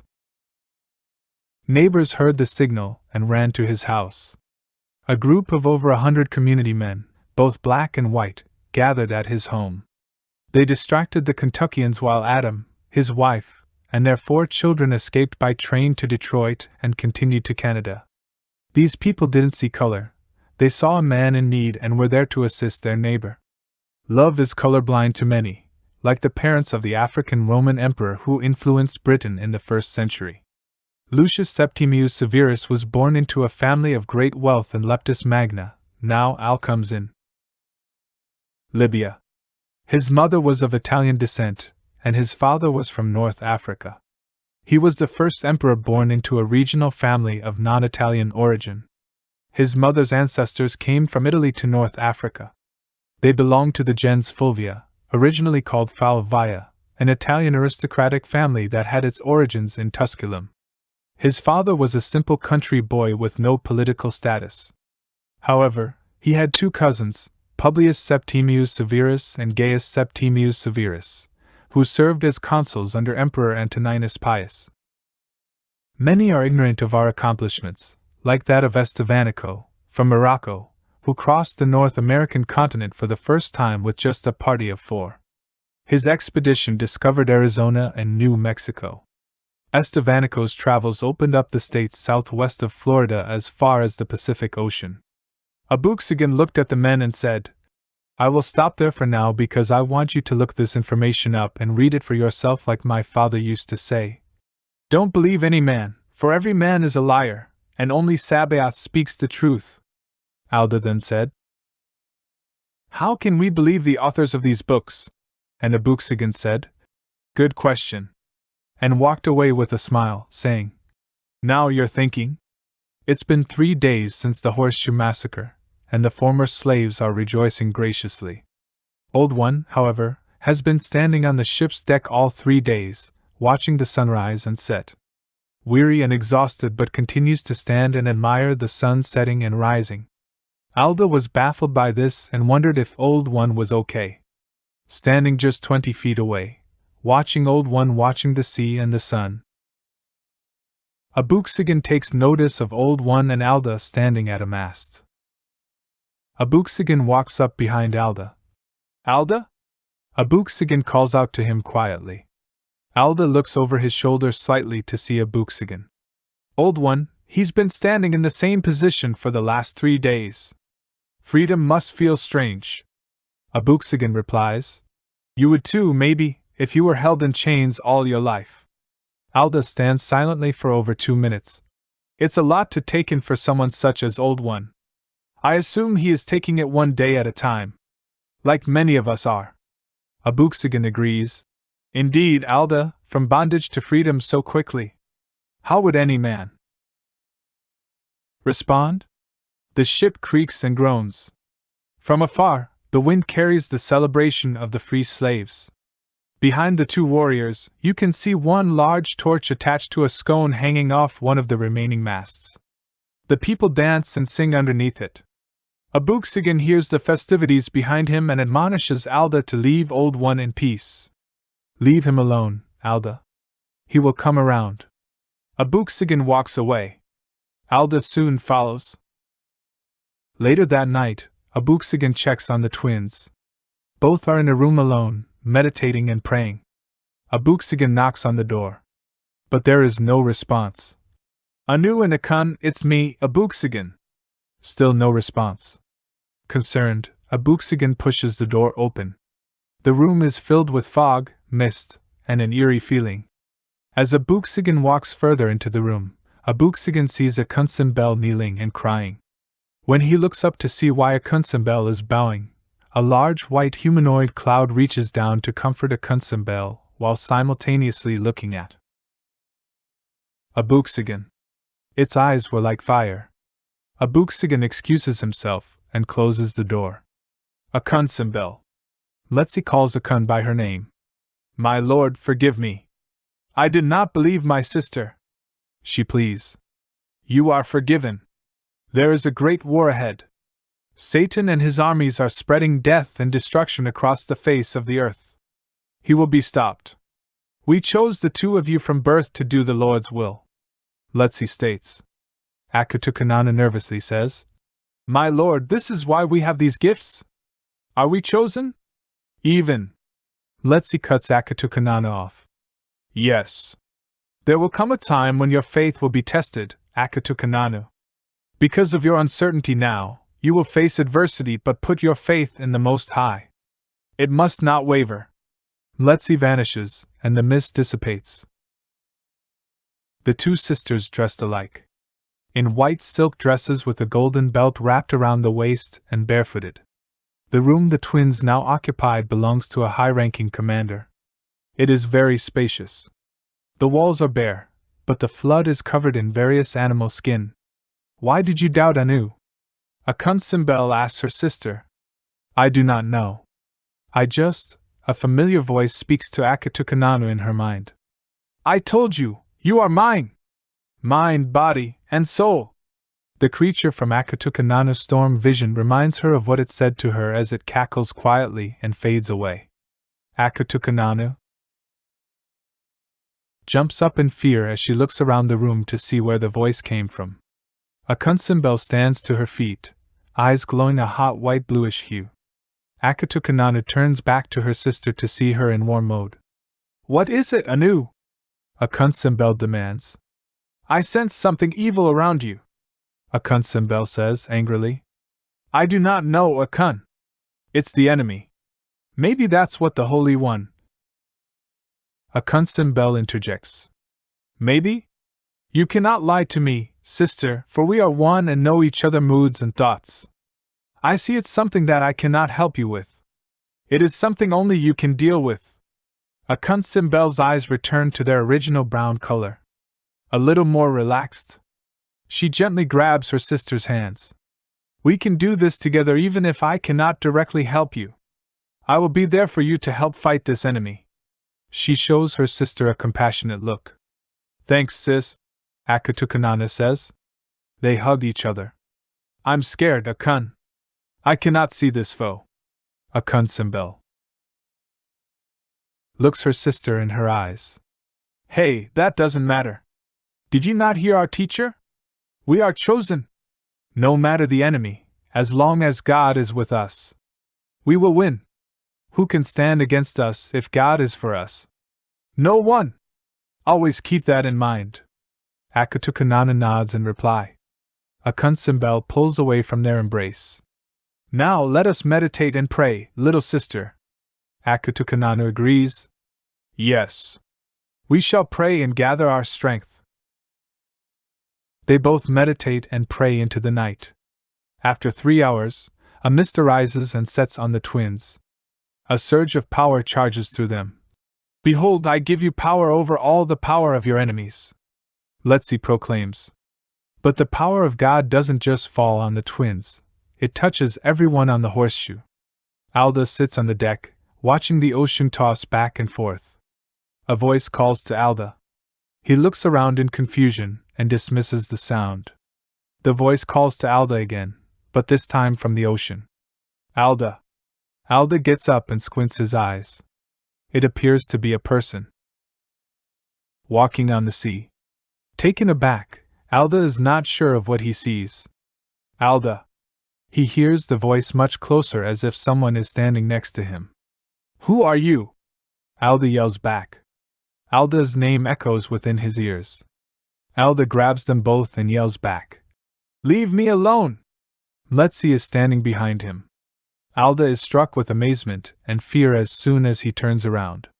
He drops to his knees in total shock at the presence of the Ancient One. From 9 lips a sword comes, to sever the truth from the lie and deliver the one most high justice. Mletsi took a lump of coal, lit with holy fire, and touched Alda's lips.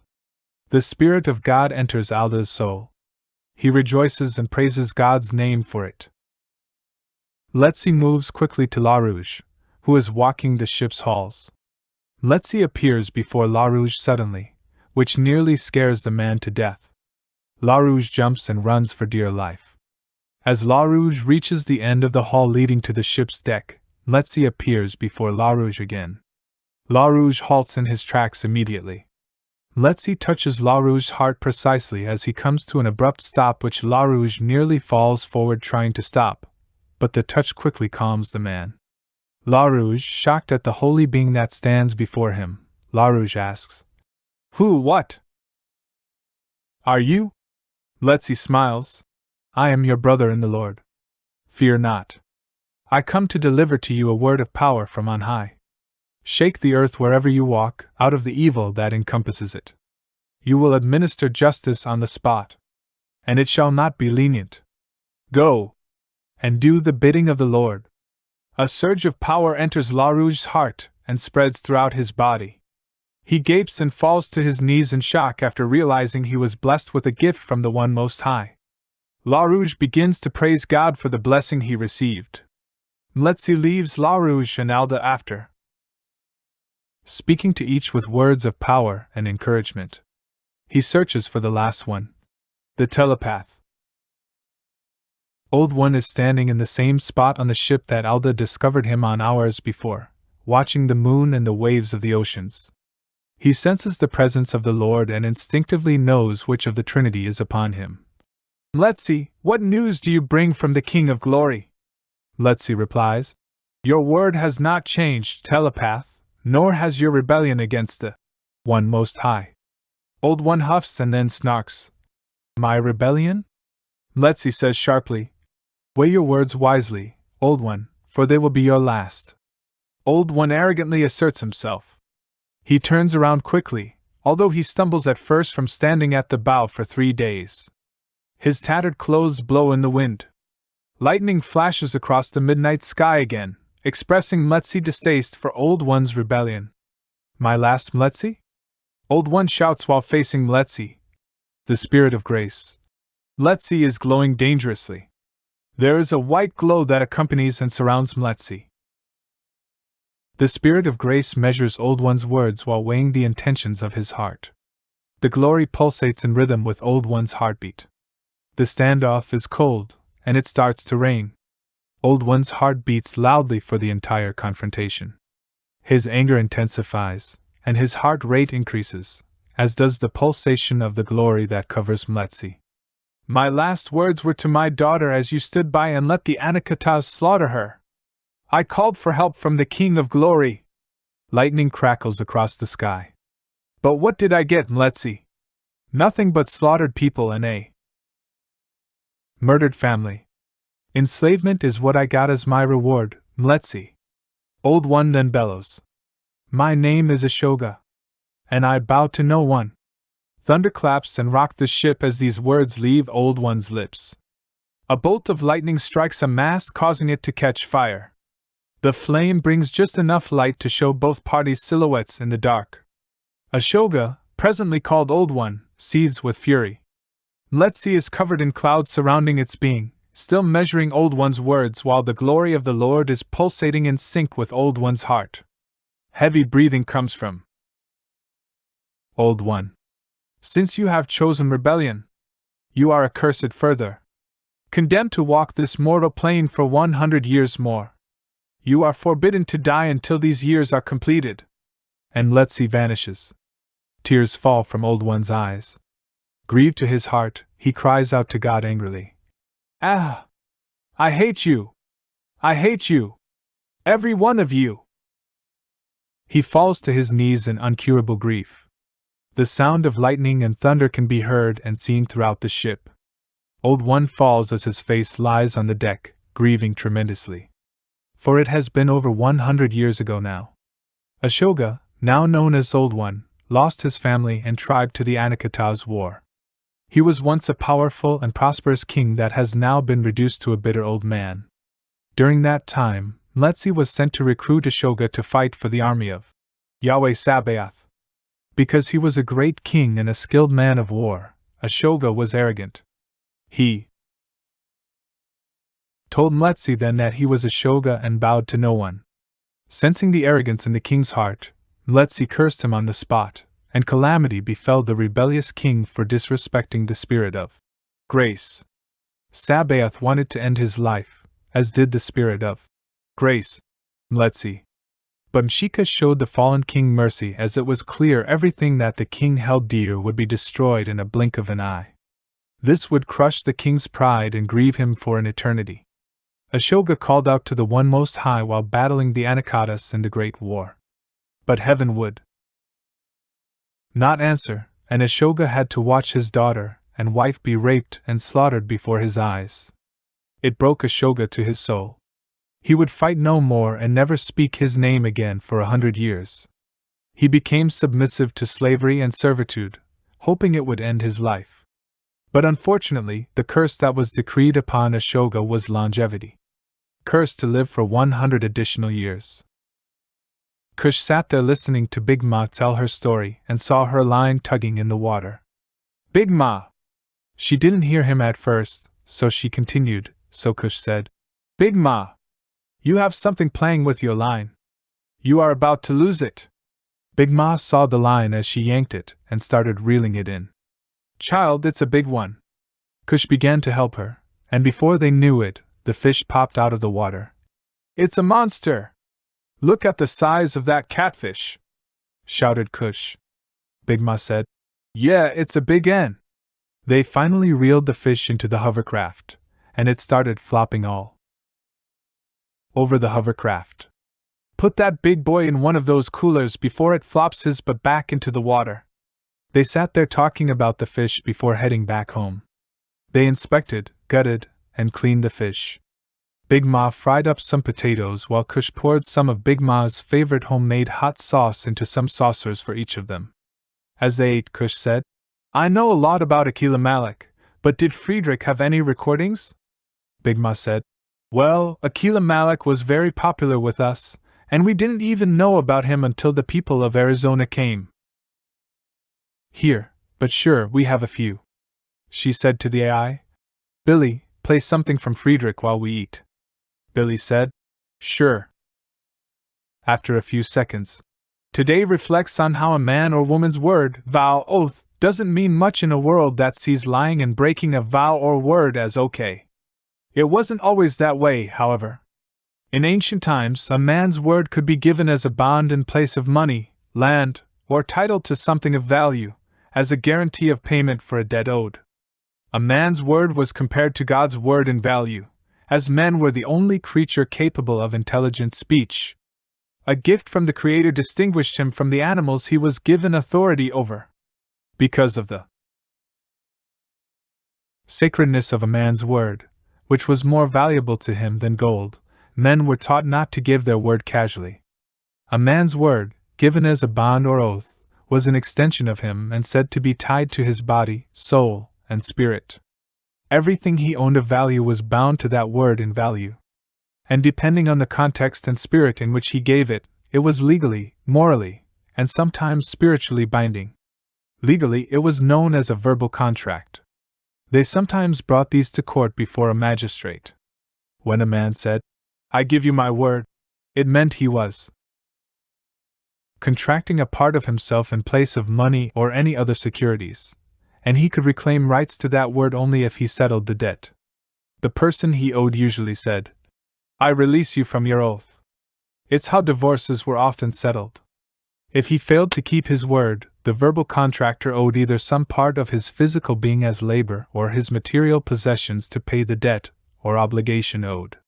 Sometimes those who were into the occult or witchcraft, or so-called dark magic, would give their word as an oath with their soul tied to it as bond for some favor. This would bind them to evil spirits, or worshippers of said spirits, for a lifetime, or until the oath was taken back or broken. Blood oaths were disastrous, as this word of a man sealed in his blood meant he offered his future generations as backing for the bond of his word. Or it bound the people taking it in blood. Sometimes it was done to bind men as blood brothers generationally. The bad oaths were the source of so-called generational curses that we hear about today.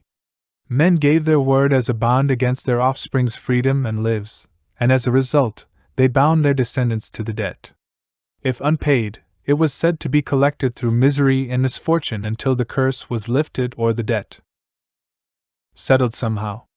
In the spiritual realm, if a man swore an oath, gave his word as bond or in promise or a vow to God or in God's name, he was held to that bond.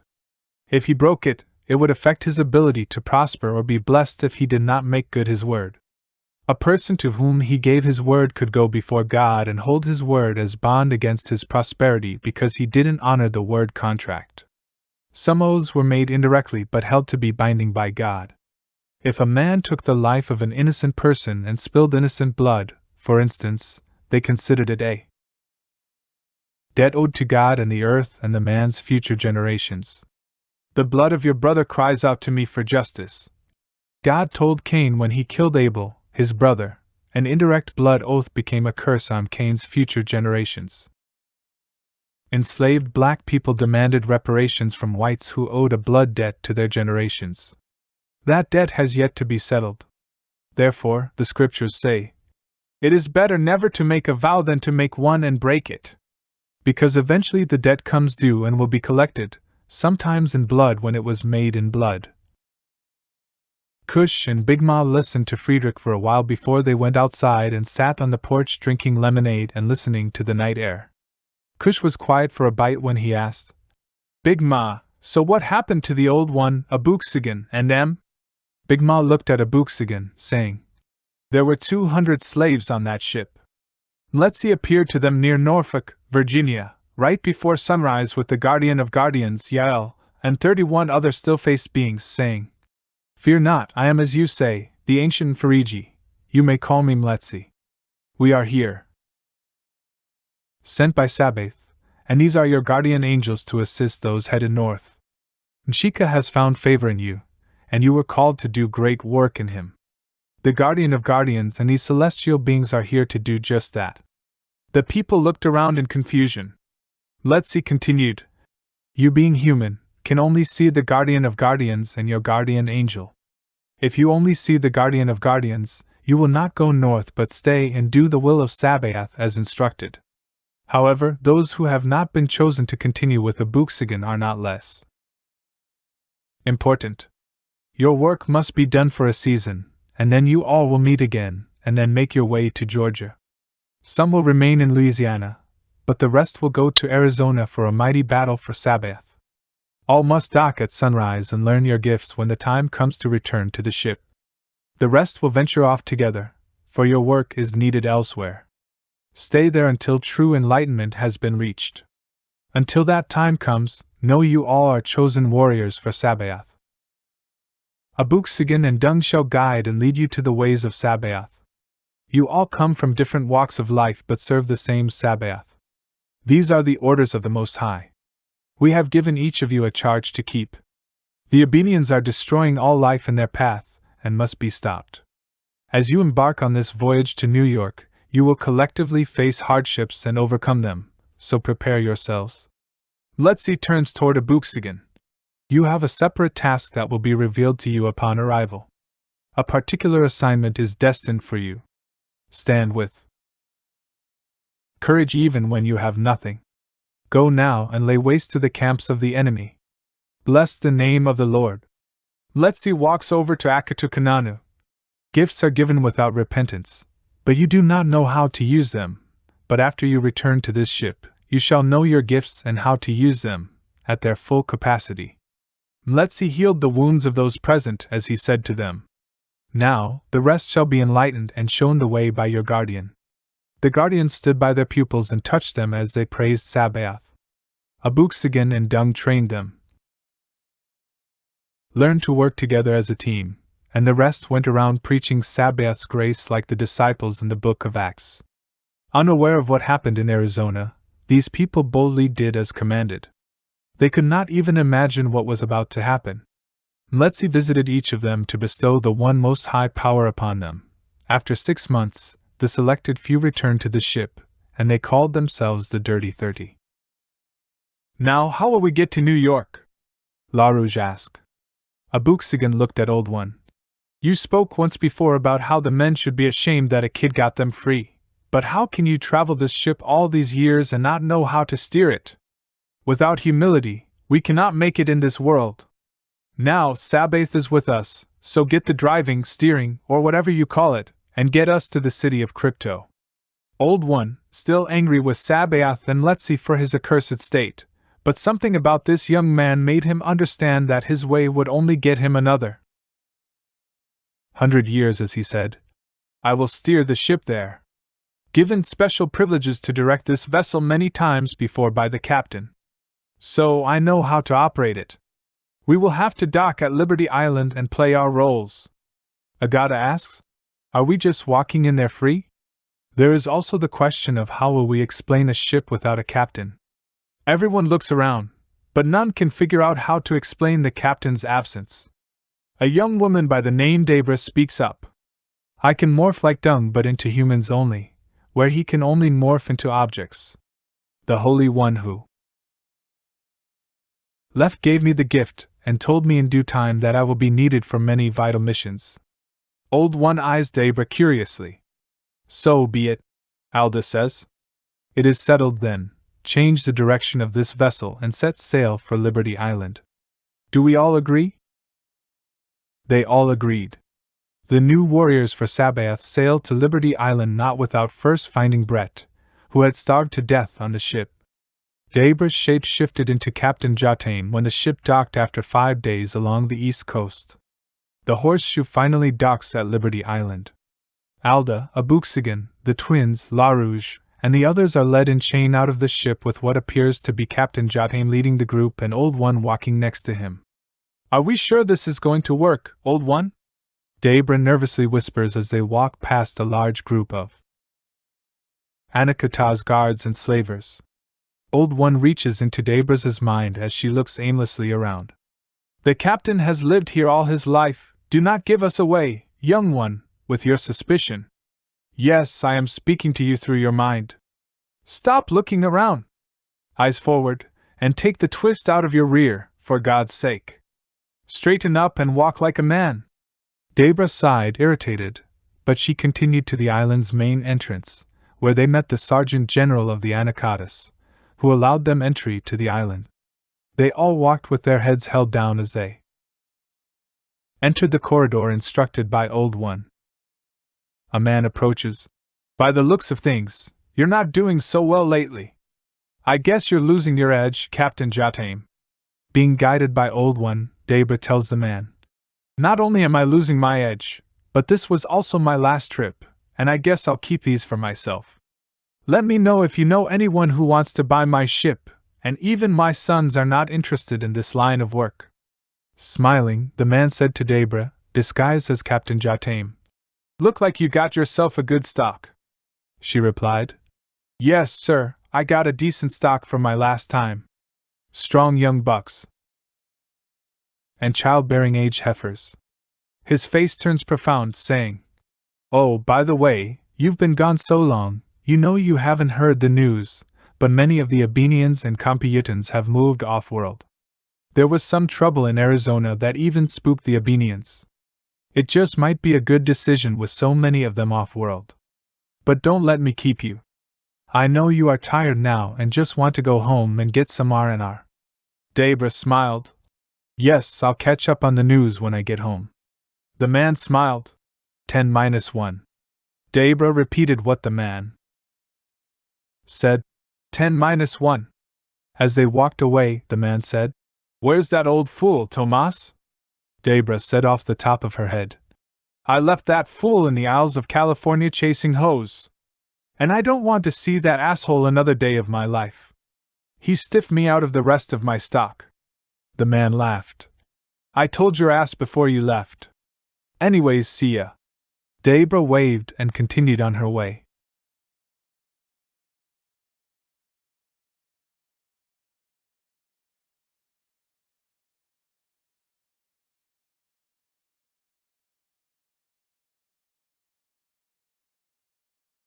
Chapter 6, verse 24.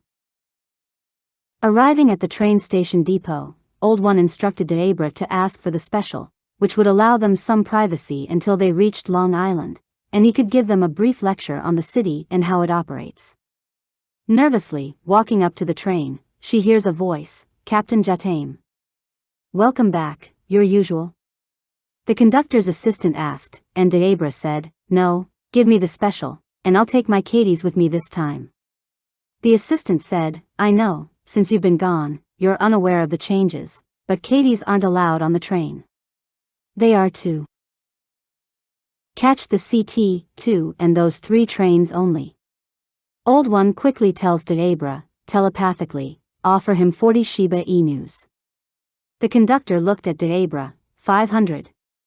Debra promptly said, no problem. With his head held down, Old One said aloud for the conductor to hear, Here, you go, Master Jatame, you told me to hold on to this. The conductor looked at Old One still with you? Ain't nothing like a trustworthy Katie. Passing a small pocket-sized computer to Debra, the conductor tapped it and withdrew the crypto. Right this way, and I need not remind you this is between us. I will deny everything if you're caught. They're no longer playing after some event in Arizona. Debra answered, but of course. They entered the train and closed their compartment doors. As Debra changed back to herself, she sighed, Man, that was scary but easy. Old One said, Wait till we get to the captain's home. I don't know how we will keep this up. Anyways, while we're here, let me give you a rundown of the city. After a minute, the train lifted, hovered over the tracks, and quickly exited the station. Everyone looked out the windows, and to their amazement and awe, a goddess said, That's beautiful, and Old One said, To us, minus our friend here, pointing at Dung, it's like a coral snake, beautiful on the outside, but very poisonous. We're not allowed there unless there's a death sentence waiting for us. Old One looked at the fresh signs posted on the train's wall. I stand corrected. According to these signs, here, we are now executed on sight. No Katies are allowed into the bubble because of the so-called viruses we carry. Everyone looked at the signs, and Abooksigun began reading them. It's dated 9 months ago. Abooksigun counted in his mind, that's how long I've been away from my family. He continued reading, Greater New York, effective immediately. No Katies are allowed in or within 500 feet of New York, or they can and will be shot on sight. The yellow lines around the perimeter are now in place. If security sees your Katies past these points, anyone nearby may shoot on sight, and no damages will be compensated for ignorance. You have been warned. All Katies are only to catch CT-2A, CT-2B, and CT-3 trains. Anyone caught taking their Katies on any other trains is fined 2 bitcoins and 2 weeks in jail. 10-1. Abooksigun asked Old One, What is this 10-1? We've been hearing this ever since we arrived here. Old One said, It is from the Torah. Our laws here are simple. The 10 commandments minus one of them. Thou shalt not covet. Abooksigun said, That's crazy. Old One said, Welcome to New York. That's not half of it. You can do the other 9 in the course desiring something someone has. The thing is, they have everything they want. Abooksigun scratched his head. So you mean to tell me I'm allowed to kill someone if I want what he got? Old One said, Yeep. Abooksigun shook his head as he thought about what Old One had just said. Meanwhile, Old One gives a quick lecture about the city, looking outside the windows. Looking up as far as the eye could see, Abooksigun sees the many sky crafts he has never seen before. Sky craft that resembled buses, cars, and bikes, as they all race at enormous speeds. The rainbow colors of the bubble bounce off the bubble's surface as he follows one of the sky craft, landing on a floating structure that appears to be a hotel or mansion. Old One looked at Abooksigun. I'm not telling you this for my health. Either pay attention, or we might as well get back on that raggedy-ass ship. Abooksigun shook his head. I'm sorry, this is a lot to swallow. That -1 thing is really something. Old One continued, as I was saying, they call us Katies, short for Wakatilians.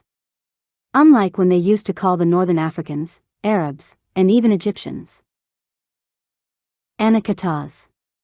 Not here. If your DNA says you're a Katy, you're a Katy, or to put it in layman's terms, you're simply a nigger. Old One tells them all he knows about New York's rules, laws, and behavior one is expected as a slave.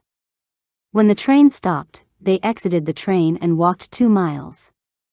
Normally, we call for the bus to pick us up, but that's not going to happen. These slaves here are just too nosy, and it's best we walk.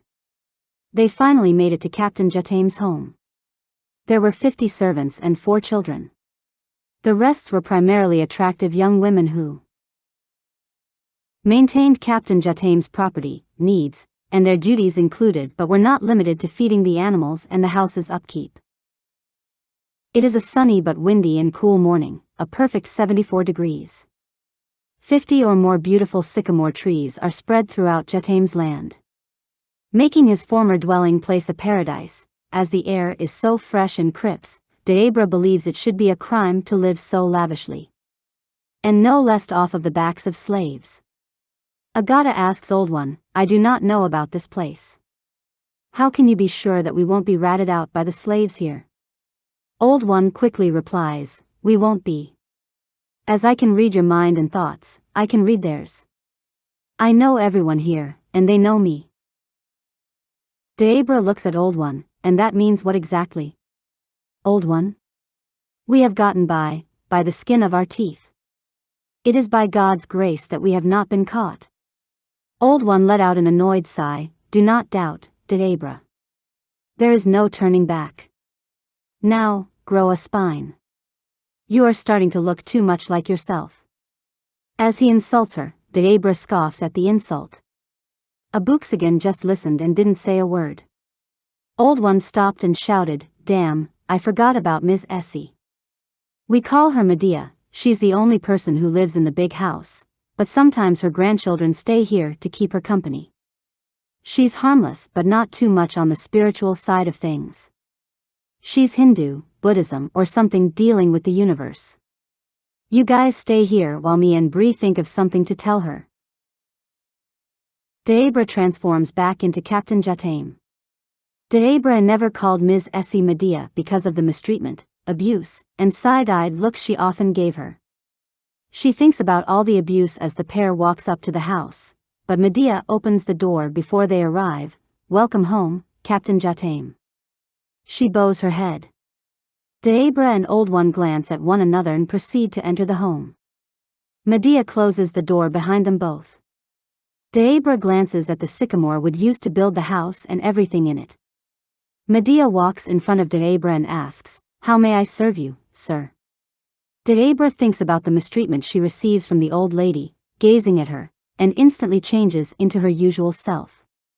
Medea drops like a stone, unconscious from pure shock at seeing Debra change into herself. Old One is annoyed at Debra's childishness. Was that absolutely necessary, Debra? Old One says in a low but sharp tone and demands an answer. Debra is feeling her ego. She turns to Old One and glances back at the unconscious slave and Old One. With a conniving smile, was it something I said? Or did She chuckles. You think it was too much for her to handle? Good. She laughs out loud, and her voice echoes. She looks around, surprised to hear herself echo. Deabra's voice reverberates off the walls of Captain Jatam's home. Instantly everything around her goes dark. Debra immediately turns back to see Old One. His eyes are like a flame, and he has entered her subconscious mind. Hearing the voice of a dead man that Captain Jatam himself killed on the ship. There you are. Tomas's voice plays in Debra's mind. Debra looks around in fear. She trembles. No. You're dead. She screams, enraged at Old One for entering a part of her mind she had buried in her subconscious. She snaps at him. Old One? Get out of my head, she demands, but Old One refuses to listen and digs deeper. There you are. There you are, my little darling. My one and only Anna-Katie. Tomas says devilishly and is filled with lust. Debra drops to her knees, clutching her ears tightly and begging Old One to stop the influx of memories. Please, please, then she screamed as loud as she could, please. She begs Old One, please stop. Stop it, please, she says, terrified. She hears a familiar voice, Debra. As the sound of boots walking up the stairs, Tomas asks playfully evil. Debra begins to weep. She shapeshifts into hundreds of different people at once, losing control of her gift. Debra's screams echo within the hall. The living room fills with sunlight again. You will always be mine. Mind, body, and soul. Hearing the voice of Tomas as it fades away. I am sorry, but I must know who you are. You sounded way too much like Tomas, and I now know why. Debra catches her breath. She shudders at the mere sight of Tomas inside of her mind. Debra pulls out of her holster the same .357 Genus Magnum used to blow Tomas's head off and aims it at Old One, but immediately dropped it when she sees an image of Tomas standing in front of her. Terrified beyond belief, Debra screams and backs away quickly from the sight of Tomas being replayed in her mind. The image morphs back into Old One, who kneels to pick up the weapon and puts it away. Debra, Old One says calmly. Debra shouts from the top of her lungs. Get away from me. Breathing heavily. Old One stares at Debra. In the long run, you will become a liability. You have some trauma, girl, that will cause us dearly. Your emotions are not within your control, much like the twins. But you are an even more unique soul than they, aren't you, Debra Jatam? Debra could not even defend the name her father, Captain Jatam, gave her. As Old One continues. Debra interrupts, that old bastard never cared for me. Just like my sick-as-hell brothers. Sniffing, she moves her back against a wall. He never loved me. All he ever viewed me as, was property. Calling me, Anna-Katie. A special breed of crazy, the computans called us. She eyes Old One. You are a self-righteous asshole, we all have our demons, but God has not forsaken me. Look in the mirror before you try and help someone when your stupid ass has demons greater than myself. I was forbidden to even exist more than the Wakatilians, let alone love, forbidden to reproduce. James, Captain Jatam, knew Tomas was raping me but did nothing. Because I was nothing to him. Even though I tried my best to be. My mother was not allowed to live once they found out she was pregnant with me. Forbidden. But she escaped 3 months before she was due to give birth to me. She hid among the Isles of California for months. Once I was born, she fought like mad to ensure I lived. That's why the Horseshoe has so many holes in it. She laughs as she reminisces on memories of her mother. We've stayed here too long. She refocuses her mind, steels herself, and stands up as if nothing happened. If you ever do that shit again, I promise you, I will kill you where you stand. As Old One prepares to answer, he thinks to himself. So, much like Captain Jatam and yet reek of Tomas. I will have to keep an eye on you, Deabra. Are you? Ms. Essie moans. Old One and Deabra turn to Ms. Essie as she stumbles across her words. What happened? Ms. Essie says as she stands to her feet. I thought I saw Master Jatame, and then some witch. I thought I saw you change out of form, Master Jatame. Old One helps her stand to her feet. She looks at those standing before her. Old One and Deabra in the form of Captain Jatame, she said, I must be thick in the head or batshit crazy. She walks forward to where Old One and Deabra stood. Deabra, with a sad conscience, looks at Ms. Essie. Medea, you have worked for me for many years, and I have been both ruthless and gentle at times, but I am selling the land to a new owner named Mr. Dung. He and his new slaves are outside waiting for you to clear the house. Here, take these 10 bitcoins as a sign of my appreciation and reparations for my actions over the years. Go to the ghetto, live like the queen you are, and find peace for your remaining days. Miss Essie was simultaneously saddened and happy, for she had never seen so much crypto. As she thanked Captain Jatame and ran upstairs to collect her belongings. You're so confusing. Why did you try to kill the woman and then give her so much money? Plus, I told you 1 bitcoin. Deabra said, you and your directives do not weigh with me. When will you learn that your words have no value to me and your directives are meaningless to me? Old One, frustrated, grabs something out of a nearby drawer and leads the way to the slave quarters. Abooksigun is under a tree meditating when Old One approaches. You guys need to stay here until I return. No one comes here until nightfall, but first, I need to see someone who can help us with our plans. A renegade. Throwing Abooksigun an earpiece as he places one in his ear, I look for a famous warrior among us. Please keep this in your ear until I come back. It's a communication device. It is still sunny but a hot afternoon and the slaves are going about their typical day. The shaggedy tiny homes were set in a beautiful field of emerald-colored grass. Abooksigun sits under a tree, heavy-hearted, watching the slaves live their miserable lives. Old One, why is he sitting under that sycamore tree all exposed? Deabra asks. Old One pays Deabra's outburst no heed before saying, old generals need a quiet place to rest their minds and strategize for upcoming battles. Deabra asked, he is supposed to be rallying troops out of this squabble? Old One takes a deep breath and becomes annoyed with Deabra's pestering. Let me go and greet some of the slaves. I know of one, Hound. He would make a good soldier. What have you observed here besides the obvious, Deabra? Deabra replies, I see nothing but weak men. Old One snaps, then stop looking at them. I am sure there are more than weak men here.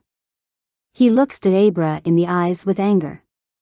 Deabra breaks her gaze with Old One and observes the crowds of slaves hustling here and there with bales of cotton and wheat bags on the right side of the fields.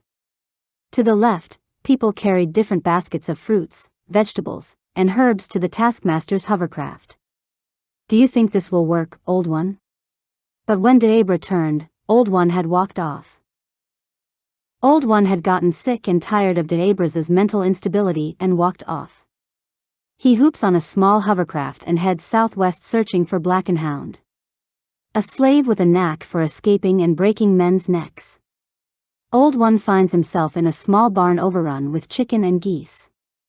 A black man stands afar off, watching Old One walk onto his territory. He was dressed in black cowboy attire with a black sombrero, chewing on a piece of wheat straw hanging out of the corner of the right side of his mouth.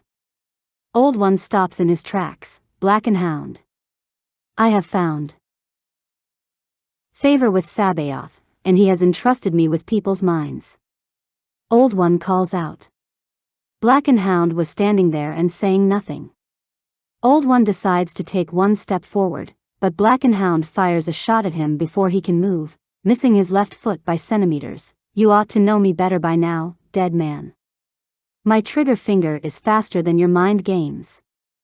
Old One shouts, I need your help, Hound. The time for freedom is today. We need men and women and even children willing to fight. Black and Hound has not moved nor taken his eye or his trusted weapon, a .46 timber, off Old One. Black and Hound looks at Old One. Pray tell, where have you found our deliverer, dead man? Old One replies, Black and Hound, he's the son of a king, a ruler. He has returned with us named Abooksigun. He has led us into battles and freed other slaves and ourselves from this captivity. Black and Hound holsters his weapon, shakes his head, and points his left index finger at Old One. See now, that's your problem, dead man. You have been a slave so long that you neither know the difference betwixt what is a slave and what is a captive. I know my place. It's why those sons of a bitches don't bother me. Eager to have him as part of the team, Old One begs, then join us. Help us rid ourselves of these slavers. I already have dead men that have fallen by my hands. Twig snaps, and the tall golden grass starts to sway and move in all directions. In the distance, a large group of men walks up behind Black and Hound. They hid behind the tall grass, and some even exited holes in the ground that led to underground tunnels as Black and Hound brags. These men are battle-tested and ready for war. Old One looks in amazement as Black and Hound continues, we've been ready. We were buying time. Tell the prince that he has his army. Black and Hound walks over to Old One to meet him eye to eye. Gravel crunches under Black and Hound's feet as his ember eyes, full of rage, meet Old One's. A light breeze blows his long black straight hair in the wind, revealing his black Apache features. There is something you are not telling me, Old One. Did you and the king's son not travel alone? Old One responded, your Apache mother should have named you Black and Crow, nothing gets past your eyes. No, we are not alone. Others will assist us in fighting off our oppressors and Satan's armies. Old One freezes up. He catches a glimpse in time. Black and Hound sees his reactions, another trick of the mind, dead man? Old One shakes himself. Black and Hound continues, please, pray tell, it is about my whoring? The men standing behind Black and Hound overhear the mockery and break into laughter. Old One looks at him, we are doing nothing but talking, Black and Hound. Gather your men. I assume you already have plans to take out the taskmasters, yes? With a smile, Black and Hound replies, already done, dead man. One of the men walks up to Old One with the head of a taskmaster bleeding profusely. Old One gags and backs away almost immediately.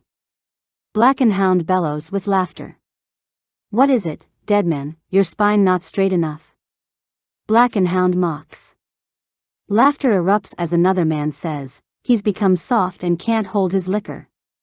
A second man says, he's a delicate flower. A nice little petunia. Enraged, Old One stands up firmly as one of the men who mocked him, oh. Look, he's found his spine again, mockingly. Laughter continues. Regretting he ever came. Old One said, enough of this gesturing. Meet me at the sycamore tree northwest of Jatam's house. There the king's son will be waiting. And one more thing, the next time you shoot at me, you better kill me. These games you play are getting on my nerves. I would have never come to see you if we didn't have the same agenda. Surprised at his tone and the seriousness of Old One's voice, Black and Hound scratched his head as he noticed a change in Old One's demeanor. Before Old One turned, he said, agreed? Black and Hound raised his eyebrows and said, yes, dead man, we have an agreement but not solid until I meet this Abooksigun fellow.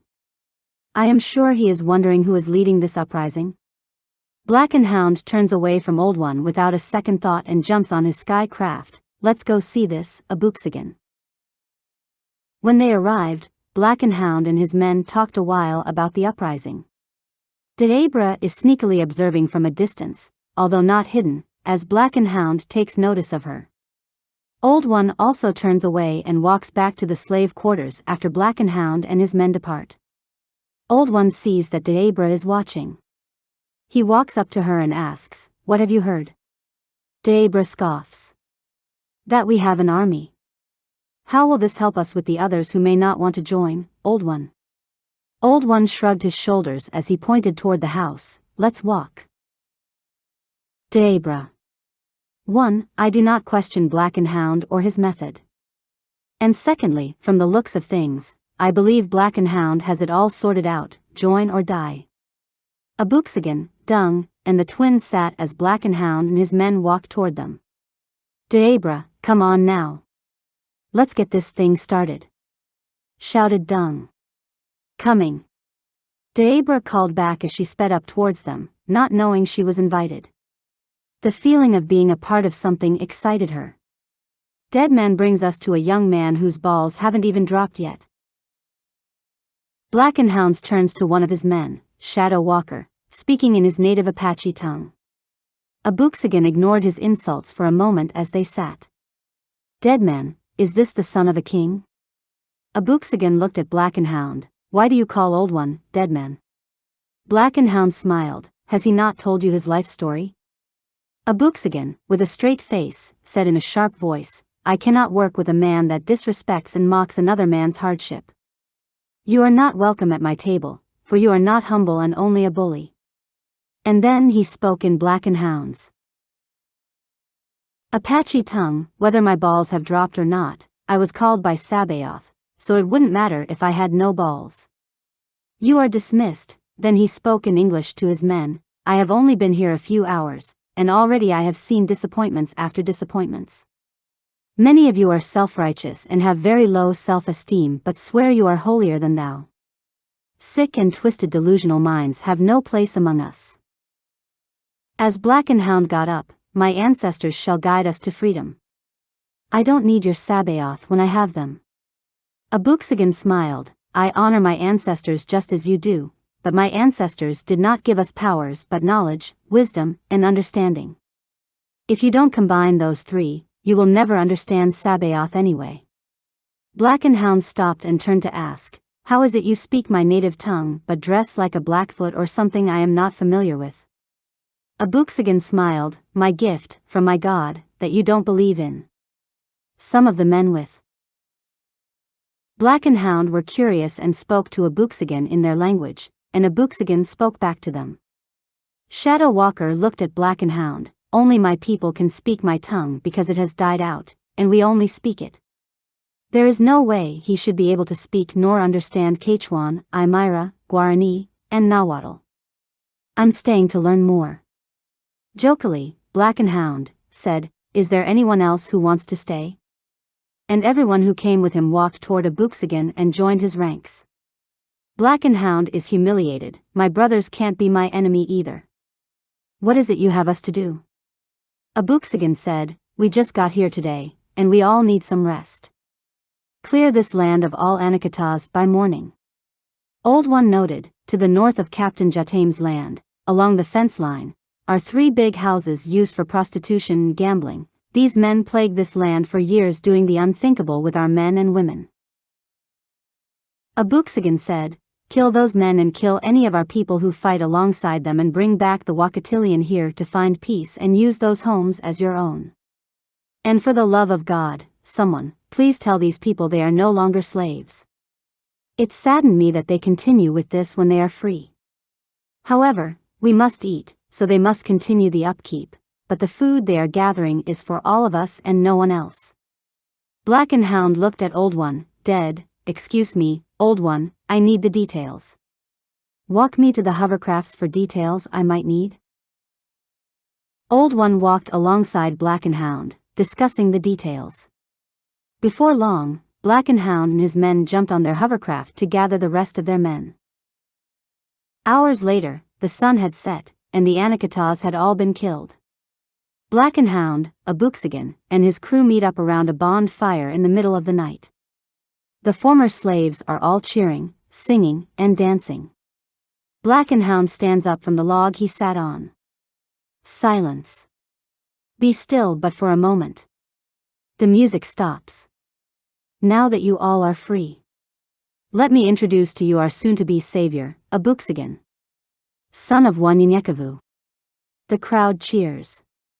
Now, we have something to ask of you in trade for your freedom. He looks back at Abooksigun. Stand, man. Tell them what you need of them. Abooksigun smiled at the crowd. I am just a servant of Sabaoth. I am no one's savior, but I appreciate the compliment. I need warriors, I need cooks, I need medics, and I need an army for Sabaoth to defeat our enemy. We need to train to do this.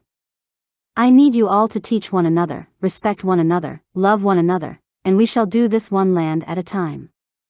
Captain Jotam is dead for those who don't know, and his land has been cleared. Once the sick and wounded are healed, we need to go to the next until all 3 sections on this island are ours, and then we can seek Sabaoth and enlightenment. That is all I want. The people cheered and continued to celebrate.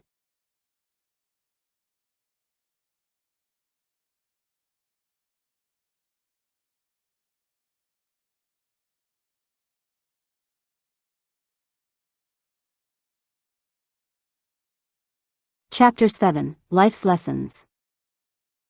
As the men organized themselves the following day, some women looked contemptuously at Abooksigun and his men. Seeing this, Abooksigun became upset and called a meeting. Once everyone gathered on the front lawn, Sabaoth has sent us here to liberate you from your oppressors, and you look upon us as someone who has wronged you. You are free now. Some of you women might find it in your heart to marry some of the men here or elsewhere. You must return to your femininity and not your masculine ways to find such a husband, or else there will be chaos in the household or no household. No household equal no family, which equals no community. This disease will spread to your child, and the cycle will repeat itself for generations to come. In the past, domestic violence was the highest among our people, male to female and female to male. But that's not how it was in our motherland. Well, not until the practice of child marriage and abduction for marriage or Okathwala came into play. You submit to the Anakotis out of fear, but can you submit to a Wakatilian man with godly love, or do you disrespect him because he can't protect you? Just like many centuries ago. For you know, if he does, his punishment would be death. Can you not see that they designed this system precisely for this and this reason alone?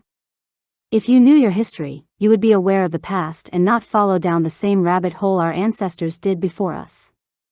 Or are you blinded by the hatred you have for your men? How do you raise your sons compared to your daughters? I feel your contempt for your men, and it comes out like fire. Even with a smile on your face, your heart and soul spill out this hatred for him. A man must deny himself and submit to God. A woman must do the same for her man. If you can't do so, don't look for a man and learn to live by yourself. We have many strong women where I come from, like my mother, a true warrior, but when she married my father, she submitted to him, and they had a happy family because Sabaoth united them. Likewise, you must too. There might come a time when some of you might have to share your husband like in days of old. Why? Far too many men now want men, and secondly, there are too many women compared to men, but if that's not your thing, deal with your mindset and accept it. Whatever your decision may be, it is your thinking, not his. Whether you choose marriage or not, remain strong to your people. Where I am from, even as Wakatilians, our women have made magnificent accomplishments but still honored their men. They have pitched us against one another too many times in this land. I'm reminded of the once famed government agency, the Central Intelligence Agency or CIA, which bought drugs and fed them to our communities to fund a war. Just like the government provided alcohol to the natives and created generations of alcoholics who died from liver cirrhosis. Or the time they set up the coup against Kwame Nkrumah, a Ghanaian politician and revolutionary. Many of our people celebrated his death along with others believing the lies they told us. Years later, NATO killed Muammar Gaddafi, a Libyan revolutionary and politician of one of the most prosperous African nations. Many of our people refused to learn the truth as they celebrated his death. Afterward, they enslaved the people from that land. With all the lies we have seen for centuries, we remain the world's laughingstock and even lack the intelligence to comprehend how far behind we are. We have gone from Moors to morons. Is that who we are? Our men and women have accomplished a lot in the past, but their lies have blinded us. We have had many prominent men and women, and it always took one fool to destroy a lifetime of work. For instance, women like Cathay Williams of Independence, Missouri, was born to a slave mother and a free father. Even though her name was Cathay Williams, she was known as William Cathay, the first African-American female soldier to enlist in the Army. Not only that, but she is the only known black female Buffalo soldier.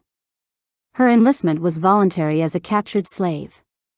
They pressed her into serving as an Army cook and washwoman, which meant she accompanied the infantry all over the country under the service of General Philip Sheridan, witnessing the Red River Campaign and the Battle of Pea Ridge.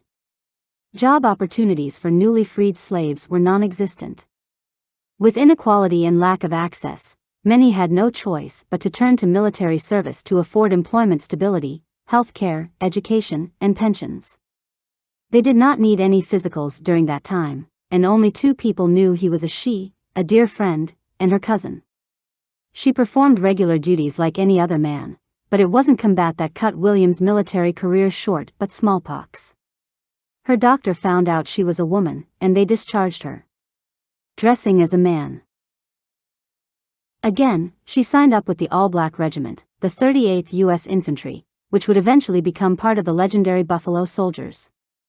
Fighting skirmishes with Native Americans, escorted vulnerable wagon trains, built forts, mapped territory, and protected white settlers, all with little to no equipment. Her service brought about her poor health. Her toes were amputations from diabetes, and she suffered from neuralgia, deafness, and rheumatism, which forced her to apply for a military disability pension. But she didn't qualify, not because she was undeserving, but because she had posed as a man. Hundreds of years before her was Queen Amanirenas, who, at the death of her husband, Emperor Terekhades, took over the throne in the kingdom of Cush. She became one of the most well-known female rulers of the ancient world. She was the most famous, Candake, out of the 4 female queens who ruled in Cush. She was known as the Queen with One Eye, which she lost in one of her furious battles. She was known for her war tactics and ability to negotiate treaties with the most powerful male ruler of them all, Augustus Caesar. The Roman Empire had already expanded and conquered various territories, such as Britain and Cleopatra's Egypt, and started pushing the southern borders of Egypt into Cush, threatening the Nubians. She led multiple attacks with thousands of soldiers into Roman territory and dethroned statues of Emperor Augustus Caesar. To show her distaste for the emperor, she beheaded a statue of him and buried it under the entranceway of her palace so everyone could walk over her enemy. She even fed her captives to her pet lions. The constant conflict between Cush and the Roman Empire led to Candake or Queen Amanirenas sitting at a negotiation table with Augustus Caesar. A treaty between them led to the Cushites being free from Roman rule for 300 years. Abooksigun paused. My dear sisters, I'm not here to bring you down but lift you. To lift you, I must rebuke your way of thinking because it takes a man no woman to create a community, and this single mother thing has to stop. We are not creating kings and queens but hoes and bastards. I am not only blaming you but the men too. 2 wrongs don't make a right. We are all hurt from each other's pain that we have caused one another. Abooksigun saw a young boy paying close attention as he held his neck stretched upward to see him. Pointing at the boy, "What's your name, young man?" The boy pointed at himself. "Who, me?" Abooksigun smiled. "Yes, you." The boy smiled. "JG." Abooksigun said, "Well, JG, I see you are paying attention, so I will sit so you won't get a crook in your neck." Abooksigun sat down on the porch. "As I was saying, since we have been in this land," they said continuously, "stop complaining, for that was a long time ago, when it was only 10 years since Jim Crow and redlining. Then they repeated it when it was 25 and even 50 years since the inequality, but it persisted with systemic racism in every direction. They called us many names in this land, but did you know the word Christian was used in the same context as those who believed in Shakida? All this took place many centuries ago, and we still are slaves to our oppressors. Sure, there was a break for centuries when we lived on our own and in peace, but the Abenians came and repeated the cycle one more time. To hold us down and brainwash us from the reality of who we are, the chosen people of Sabaoth. We are called mestizos back home because we are united as one. Anakitas, Computans, and Wakatilians.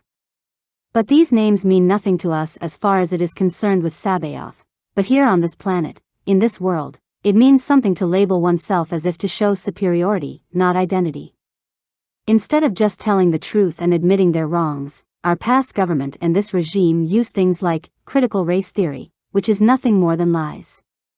However, back then, we were not labeled as Anakitas, Computans, and Wakatilians but by colors, red, brown, yellow, and of course, black and white.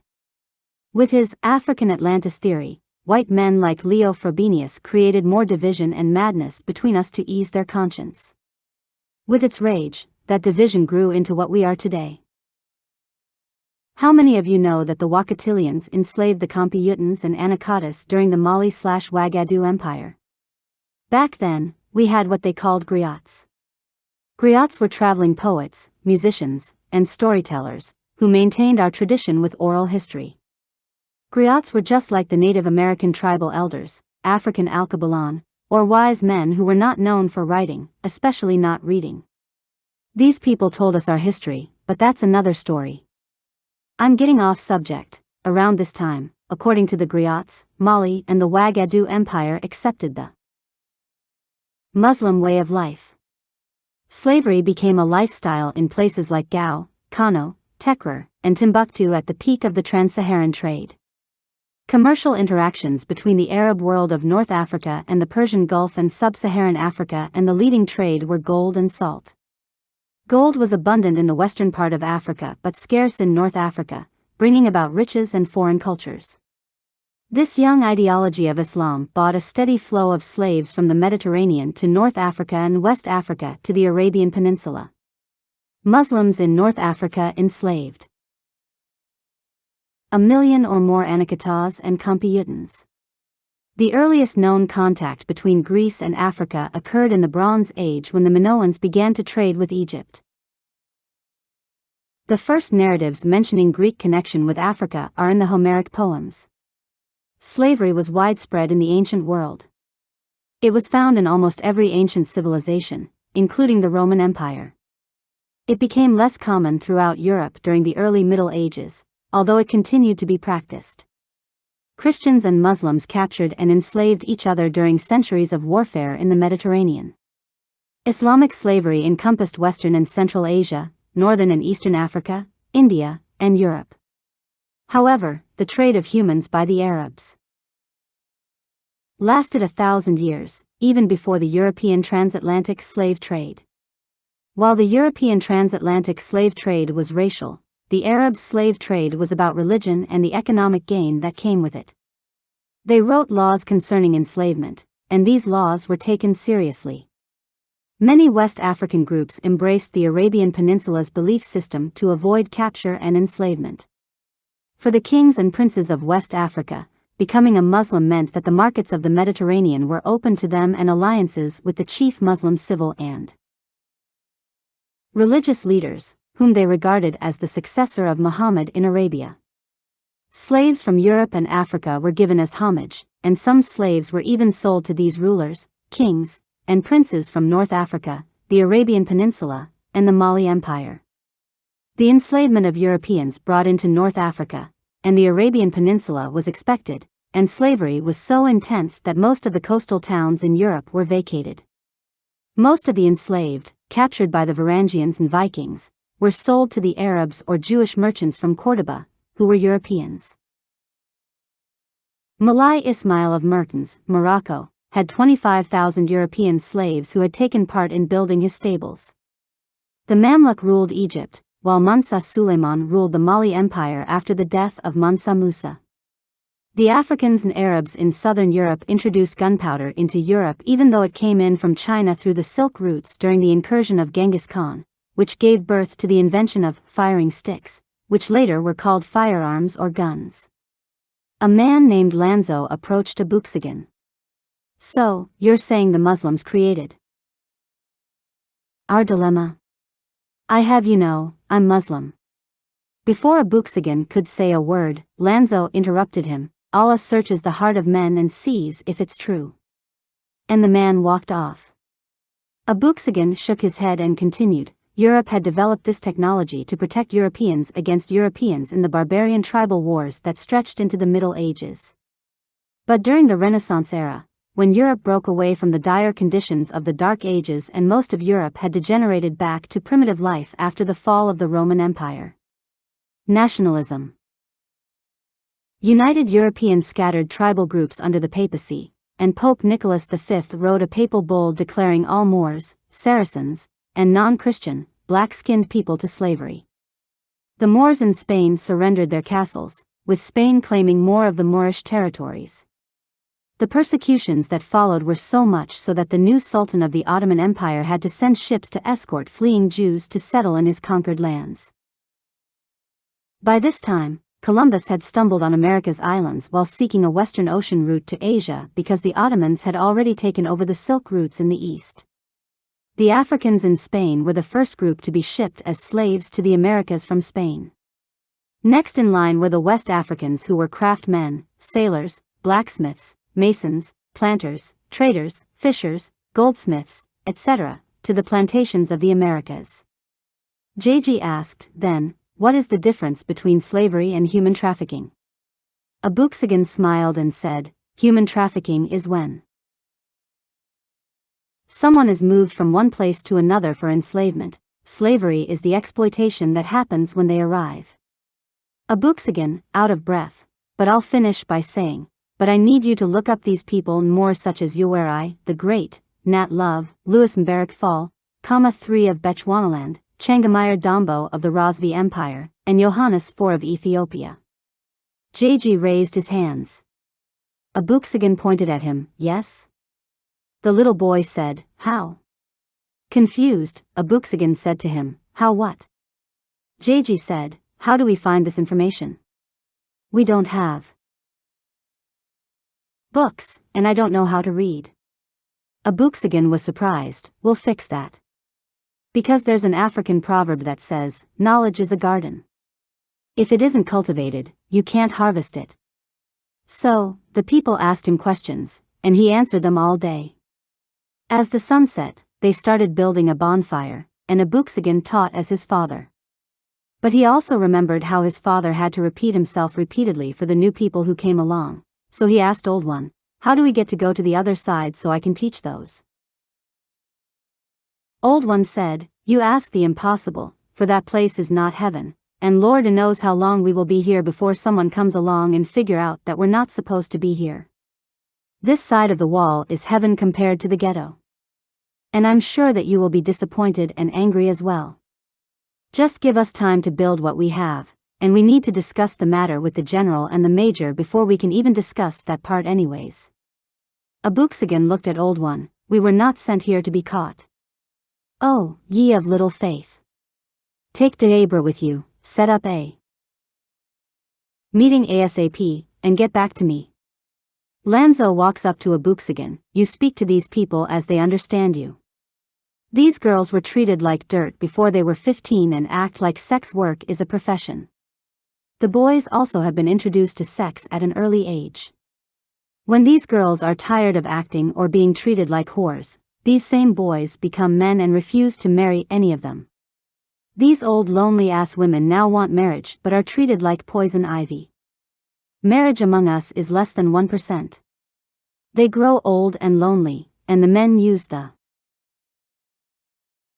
streetwalkers as toys if they get a chance to grow old, and hardly anyone around here believes in marriage. Lanzo walked off, and Abooksigun asked, who is he? They replied, the town's fool. Abooksigun was saddened. The prophetess Akilamalek said, Elohim created nature and man in perfection, so how did we get to the current state of degeneration we are in? This was not God's plan. Evil is a glitch in an otherwise perfect plan. To correct this, you must remove the evil or change the plan. Or what you will have is a perfect evil plan. Calvary removed the glitch and saved the plan. At the same time, Abooksigun was speaking Black and Hound eyes AkunSimBel, Akutukananu, and Deabra. But Old One senses his desires and immediately stops them by entering Black and Hound's mind. Don't you dare, Hound. Too much is on the line to throw it away behind blind lust. Black and Hound chuckles to himself, you are truly Father Methuselah. He cackles. Old One looks directly at Black and Hound. These girls have gone through hell. All three have been abused and have no control over their powers that can destroy whole continents. Black and Hound says, so, why not awaken those powers further? This is war. Old One toyed with his mind, making it so Black and Hound wasn't watching where he was going as he walked toward a bonfire.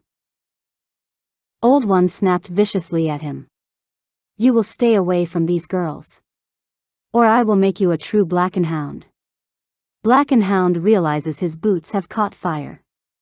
He jumps up immediately, screaming and patting his boots quickly, trying to extinguish the fire. Akutukananu notices Black and Hound's boots catch fire and pulls moisture from the air, forming a blob of water that she drops directly on top of Black and Hound. Relieved that the flames have been extinguished, Black and Hound stands up and walks off, embarrassed. What happened? AkunSimBel says. He got too close to the flames like a dumb fool. Sis. Akutukananu says. AkunSimBel nods in agreement. After the incident, Deabra gets up and walks after him. Bree? Where are you going? Akutukananu asked. Deabra looks back at Akutukananu, says nothing, and goes after Black and Hound anyway. Bree. Before Deabra walks into her father's former home. Old One enters her mind yet again. Don't, Deabra. Old One words freeze Deabra in place. She grabs both sides of her temple. Get out of my head, Old One. You're not my